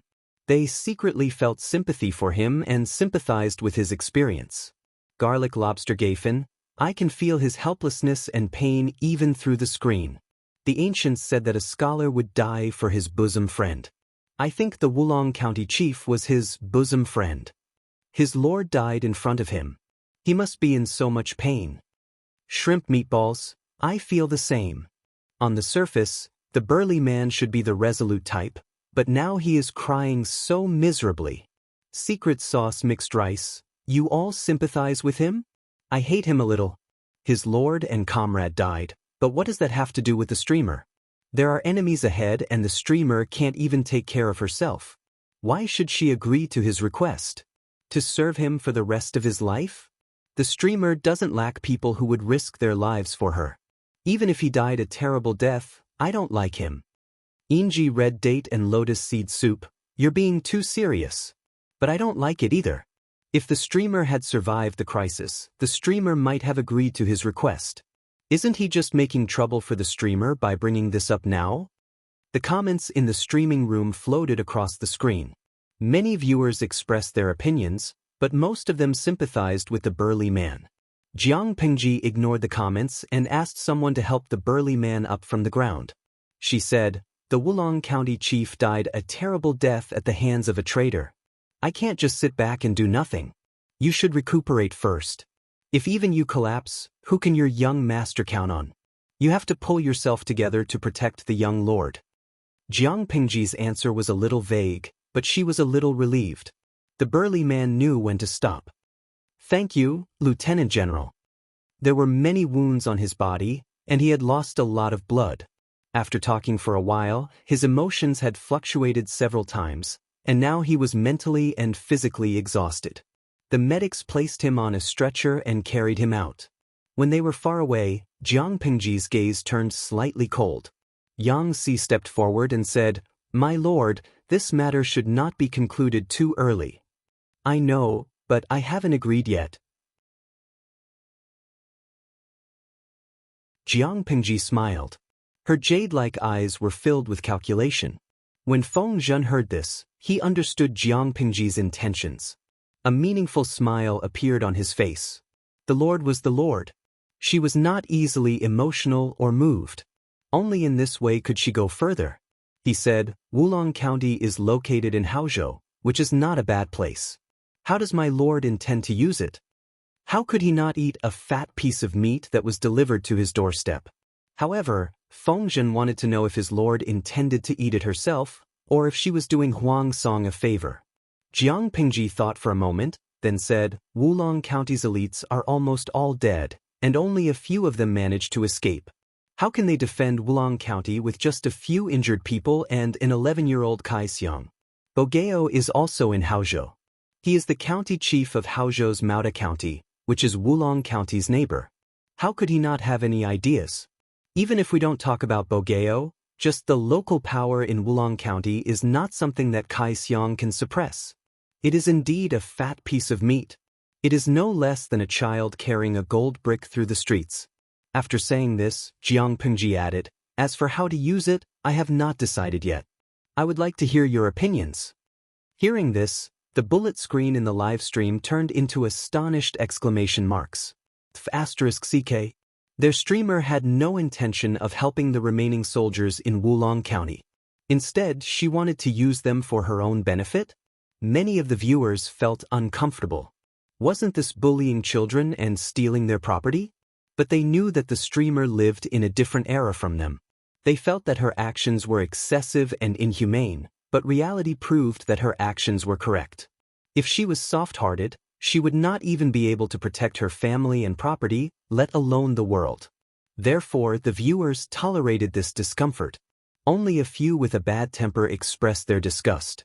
The Wulong County chief's retainer was crying and begging, So why did the streamer not feel the slightest bit moved? Instead, she was thinking about stealing their property? Using modern thinking, the streamer's father had just died in an accident and left a large inheritance for the little boy Kai Xiang. The streamer had nothing to do with Kai Xiang. She just happened to pass by and saved him. Yet, she was thinking about how to divide his inheritance. Wasn't that disgusting? Of course, Jiang Pingji did not care about the bullet screen.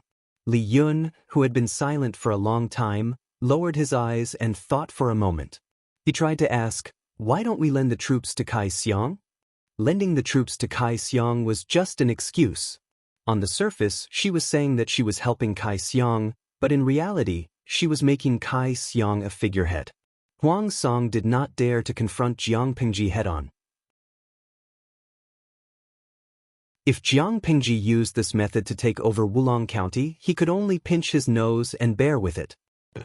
Jiang Pingji frowned and recalled the great universal geographical map of Dongqing. Seeing that Jiang Pingji did not say anything, Li Yun secretly glanced at Yang Si and Feng Zhen's expressions. Did he come up with another stupid idea? Feng Zhen sighed. Wulong County is indeed a good place. If we can occupy it, Huang Song's every move will be under the Lord's nose. With that, we won't have to worry about him becoming a powerful force. But it's a pity, we have to give it up. Chongzhou, Wanzhou, and Hu County were all north of Dongqing. From Feng Zhen's point of view, Wulong County was an awkward place. If they took it for themselves, it would be too much of a stretch. Not only that, but Wulong County was located in a mountain range. It was a place that military strategists would fight for. If Jiang Pingji really took it, she would have to tilt her troops to the south to ensure that they would be able to send reinforcements in time if anything happened to Wulong County. Thus, there was a problem. If Jiang Pingji tilted her troops to the south, how would they defend the northern borderline from the north? For Jiang Pingji, Wulong County was currently of little value. It was a hot potato. It was better to use it as a bargaining chip and cooperate with Huang Song to gain more benefits. However, Yang Si and the others were not willing to let Huang Song take advantage of it. Let's put this matter aside for now. Jiang Pingji lowered her eyelids to hide the scheming in her eyes. The most important thing now is how to safely pass through Jimen Pass and avoid being ambushed.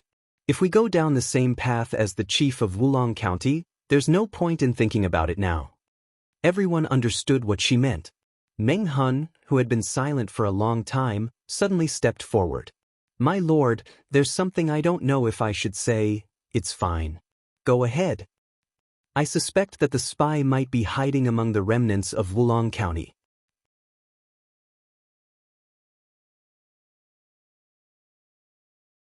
Chapter 779.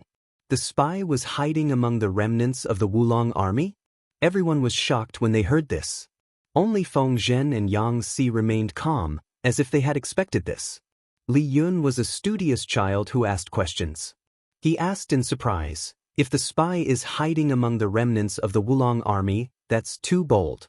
He secretly drugged the Wulong County chief and tens of thousands of soldiers. How can he be so sure that he won't be exposed? Meng Hun did not answer Li Yun's question. Instead, he said, Kai Xiang is the only descendant of the Wulong County chief and can be said to be second only to the Wulong County chief. Didn't the enemy attack at night to eliminate this father and son pair? If we leave Kai Xiang alive, it's hard to guarantee that he won't recuperate and lay low for a few years to gather his father's old subordinates to avenge him. If we don't remove the roots, there will be endless trouble in the future. Li Yun listened attentively to Meng Hun's words. Although Meng Hun usually did not speak much and had a weak presence, he was very experienced and was worth learning from. Meng Hun continued, if the battle is in a stalemate, it's fine. We can find a weak point and fight to the death to break through. But according to what that person just said, the enemy is very strong and there is a huge disparity in strength. If we want to break through under these circumstances, we will need to mobilize many elites to escort them. The chances of success are even lower. Even if we can break through, our pursuers will not let us go. If the difference in strength between the two sides was not large, the success rate of breaking through was more than 50% if they gathered their forces and attacked one point. If there was a huge disparity in strength between the two sides, one side could crush the other and the weaker side still wanted to break through, which would only accelerate the pace of collapse. Not to mention the success rate of breaking out of the encirclement. Even if they could break out of the encirclement, their pursuers would not let them go. The death of the Wulong County chief was not enough. If they wanted to completely destroy this force, they could not leave Kai Xiang alive. If they left Kai Xiang alive, he could use his status as the young master to gather his father's old subordinates, which would be a hidden danger. Li Yun suddenly understood. He asked Meng Hun for confirmation. What Commandant Meng means is that when our scouts discovered the remnants of the Wulong army, they didn't find any traces of pursuing troops. This doesn't make sense, so Commandant Meng suspects that there's more to this? Meng Hun nodded and said, if it were me, I would definitely send a large number of troops to capture Kai Xiang. If he allowed a mere dozen people to protect their young master to break out of the encirclement right under his nose, it would seem too deliberate. Therefore, I suspected that the spy was still hiding among them. Only in this way could the enemy not worry about Kai Xiang's whereabouts and allow them to escape. If Kai Xiang and the others were lucky enough to encounter other vassal forces and seek help from them, then would the forces that accepted them suspect that there was something wrong with this defeated army? The generals felt a chill in their hearts. If that was really the case, they really wouldn't suspect that Kai Xiang and the others were behaving strangely. To put it bluntly, Kai Xiang was just a stray dog that had to rely on others to survive. Who would suspect him and his servant? Many viewers in the live stream also felt that their brains were not enough to process it. The plot was one after another. Sanlintang, it can't be. There's really a spy among the people the streamer saved? Durian osmanthus cake. Normal people are used to sympathizing with the weak, so they don't guard against them. Who would have thought that there was an enemy spy among the defeated soldiers they saved? If they weren't careful, they might repeat the same mistake and become the second Wulong County chief. Coconut juice Daiden. If that's the case, the streamer must be careful. You must definitely catch the spy in order to prevent further trouble. Tianjin Xiaolong Bao, just thinking about it makes me shudder. If I wasn't smart enough, I might have been plotted against. The audience still had lingering fears. The scene of Jiang Pingji and the others falling into the trap and then being ambushed appeared in their minds. Li Yun's face paled and he felt a chill in his heart. He said, if that's really the case, they definitely weren't prepared. Dian Yen snorted in a gruff voice. Those thieves still want to use the same sinister plot against us? The strength of the plot doesn't depend on whether it's clever or not. As long as it's useful, it's fine. Feng Zhen's gaze fell on Jiang Pingji. He said, my lord, why don't you send someone to investigate? See if anyone among Kai Xiang's group has brought the powder made from sleeping grass and golden eggplant. That person is the spy. Jiang Pingji nodded. She said, let the medics investigate. Remember not to alert the enemy. Everyone do what you need to do. Just like how the strong would not guard against the weak, the sick and injured would not deliberately guard against the medics who came to save them. Most of the medics under Jiang Pingji were female soldiers. Although they were all tough, they were still females. It was easier for them to let down their guard.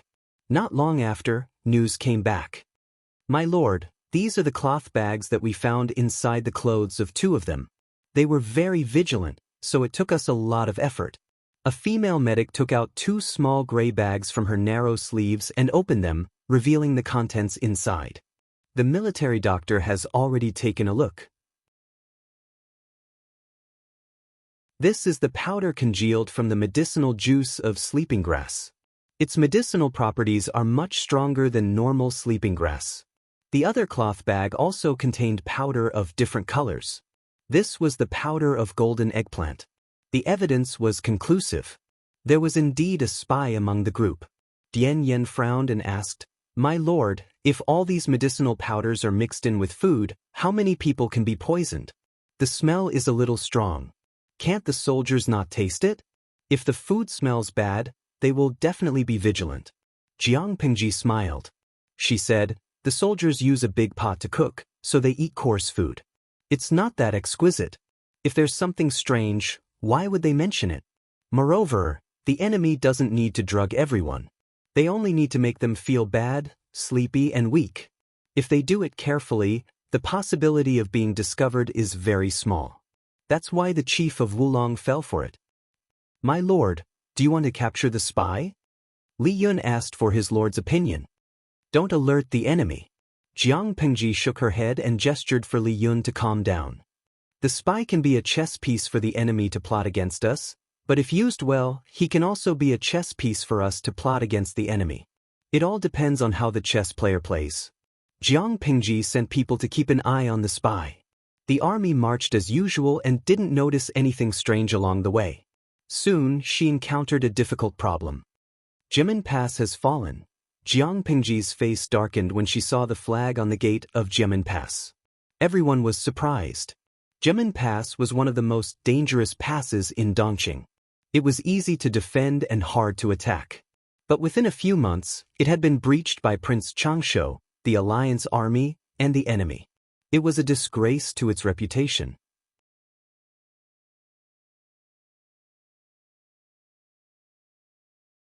Chapter 780. Even though Jimin Pass had been breached several times, its reputation as a dangerous pass was still a headache. Prince Changsho had breached Jimin Pass with fire, and the alliance had won by sheer numbers. They had paid a heavy price. They only had 30,000 soldiers, and they couldn't afford to lose any more, let alone force their way through. Jiang Pengji's expression was solemn. Send someone to find out who the general guarding the pass is. More importantly, she wanted to know if the forces guarding Jimin Pass were the same ones that had ambushed the chief of Wulong County. If they weren't, Jiang Pengji would not only have to guard against sneak attacks, but she would also have to deal with the enemy at Jimin Pass. It wouldn't be an exaggeration to have enemies on both sides. Everyone's expression was grim, and a few of the generals were prepared to challenge Jiang Pengji. Jiang Pengji ordered the army to set up camp and quietly observe the situation inside Jimin Pass. The soldier who had been sent out shouted from outside the pass, "People on the city wall, my lord is the governor of Wanzhou, Lu Shi. Why aren't you opening the city gates?" Not long after, someone on the wall fired an arrow. The arrow landed about 30 meters away from the soldier. What kind of prefecture overseer is a rebel and a traitor? Only the prefecture magistrate appointed by His Majesty Longqing can pass. Get lost. The soldier's heart skipped a beat when he heard that. Emperor Longqing referred to Prince Changsho, who had changed the year to Longqing after becoming emperor. What Emperor Longqing? There's only one emperor in Dongqing, and he's still in the imperial city of Qinzhou. The emperor you're talking about is a rebel. Rebel on the city wall? Why don't you just surrender and renounce the darkness for the light? After the soldier finished speaking, the people on the city wall shot him 2 more arrows. Unfortunately, the 2 sides were too far apart, and the arrows still didn't hit anyone. The 2 sides exchanged words, trying to get information from each other. After a while, a tall and sturdy man wearing armor appeared on the city wall. He asked around and learned the whole story. He sneered and ordered a soldier to bring him his bow and arrows. The man knocked an arrow and pulled the bow to its full length. The arrow left the bowstring and flew toward the soldier's hairbun. The soldier felt a chill on his head. A strong force grabbed his scalp and forced him to tilt backward. "Umph." The burly man snorted coldly and asked someone to pass on the message. "Go back and tell Lu Shi to come here." The soldier escaped from the jaws of death and was in a sorry state. The soldiers guarding the Jimin Pass cheered loudly, "General, you are mighty." Their voices were so loud that even Jiang Pengji, who was in the camp, could hear them. Not long after, Jiang Pengji received a message from a soldier. "Fu Wang? Who is this person? Have you heard of it?" Jiang Pengji didn't know much about the forces under Prince Changsho's banner. When she heard the unfamiliar name, she turned around and asked her subordinate. Yang Xi's old boss was Prince Changsho. As his former chief strategist, he was very familiar with the generals under Prince Changsho's camp. He thought about it carefully and shook his head in confusion. "I don't remember there was a general called Fu Wang in Prince Changsho's camp. Perhaps he was a new recruit, but judging from his archery skills, he must not be a nobody. To be able to shoot the hair bun of a small soldier who was far away and drag him several meters away, how could he be an ordinary military general? Prince Xianxia wasn't a very good person, but he had good luck and acting skills. In his early years, he had tricked many capable people into working for him. Maybe Fu Wang had been tricked the same way. Jiang Pengji noticed Meng Hun's strange expression and asked, "Officer Meng, do you know this person?" Meng Hun couldn't help but laugh bitterly. Not only did he know Fu Wang, but he also knew Fu Wang. Fu Wang isn't under Prince Xiangxia's banner, so it's normal that you don't know him. Meng Hun couldn't help but speak when he saw everyone looking at him. He said, "Fu Wang is a vassal of the Mengs and has a very high reputation in Sangzhou. One could say that he is the most powerful general under the Mengs. Prince Xiangxia doesn't have enough troops, so it makes sense that the Mengs would send reinforcements." Meng Hun paused and smiled at Jiang Pengji. "Speaking of which, you fought him before, my lord." Jiang Pengji was stunned. "I've fought him before? Are you saying that Fu Wang was the general outside the imperial city of Chenzhou that day?" Meng Hun said, "Yes." Li Yun also remembered and asked Meng Hun, "That Fu Wang, is he the one that Officer Meng stopped me from chasing after?" Li Yun still felt the urge to break out in a cold sweat when he thought about what happened that day. If Meng Hun hadn't stopped him, who was eager to make a contribution, Li Yun might have been hit by the enemy's sudden attack and be seriously injured. Meng Hun nodded. About a month ago, Prince Xianxia had sent a surprise attack on the imperial city of Chenzhou, forcing the emperor to flee with his ministers and Hui Jun. In the end, they were still caught up by the army led by Fu Wang. If Jiang Pengji and Yang Jian's troops hadn't arrived in time, Fu Wang might have returned with a full load. Jiang Pengji had even snatched Hui Jun from Fu Wang. Recalling the scene that day, Jiang Pengji tucked her hands into her sleeves and said calmly that Fu Wang does have some skills. She could beat Fu Wang up because they weren't on the same level. Using her as a standard, the people in this world were all trash. According to the standard of this world, Fu Wang was indeed very powerful. How powerful was he? Take Li Yun as an example.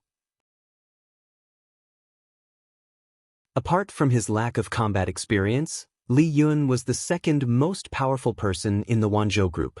If Li Yun were to compete with Fu Wang at his peak, Li Yun would likely be at a disadvantage. If he wasn't careful, he might even lose his life. However, the power of one or two people couldn't turn the tide of a battle. No matter how strong Fu Wang was, he couldn't beat tens of thousands of people. Meng Hun's expression was solemn. Gemin Pass alone isn't a big deal, but with Fu Wang, it's going to be tricky. Jiang Pengji thought about it and asked Meng Hun, "How much do you know about Fu Wang? Are there any flaws?" Meng Hun said, "I heard that Fu Wang was raised by a wild wolf. When he was young, he was violent and vicious.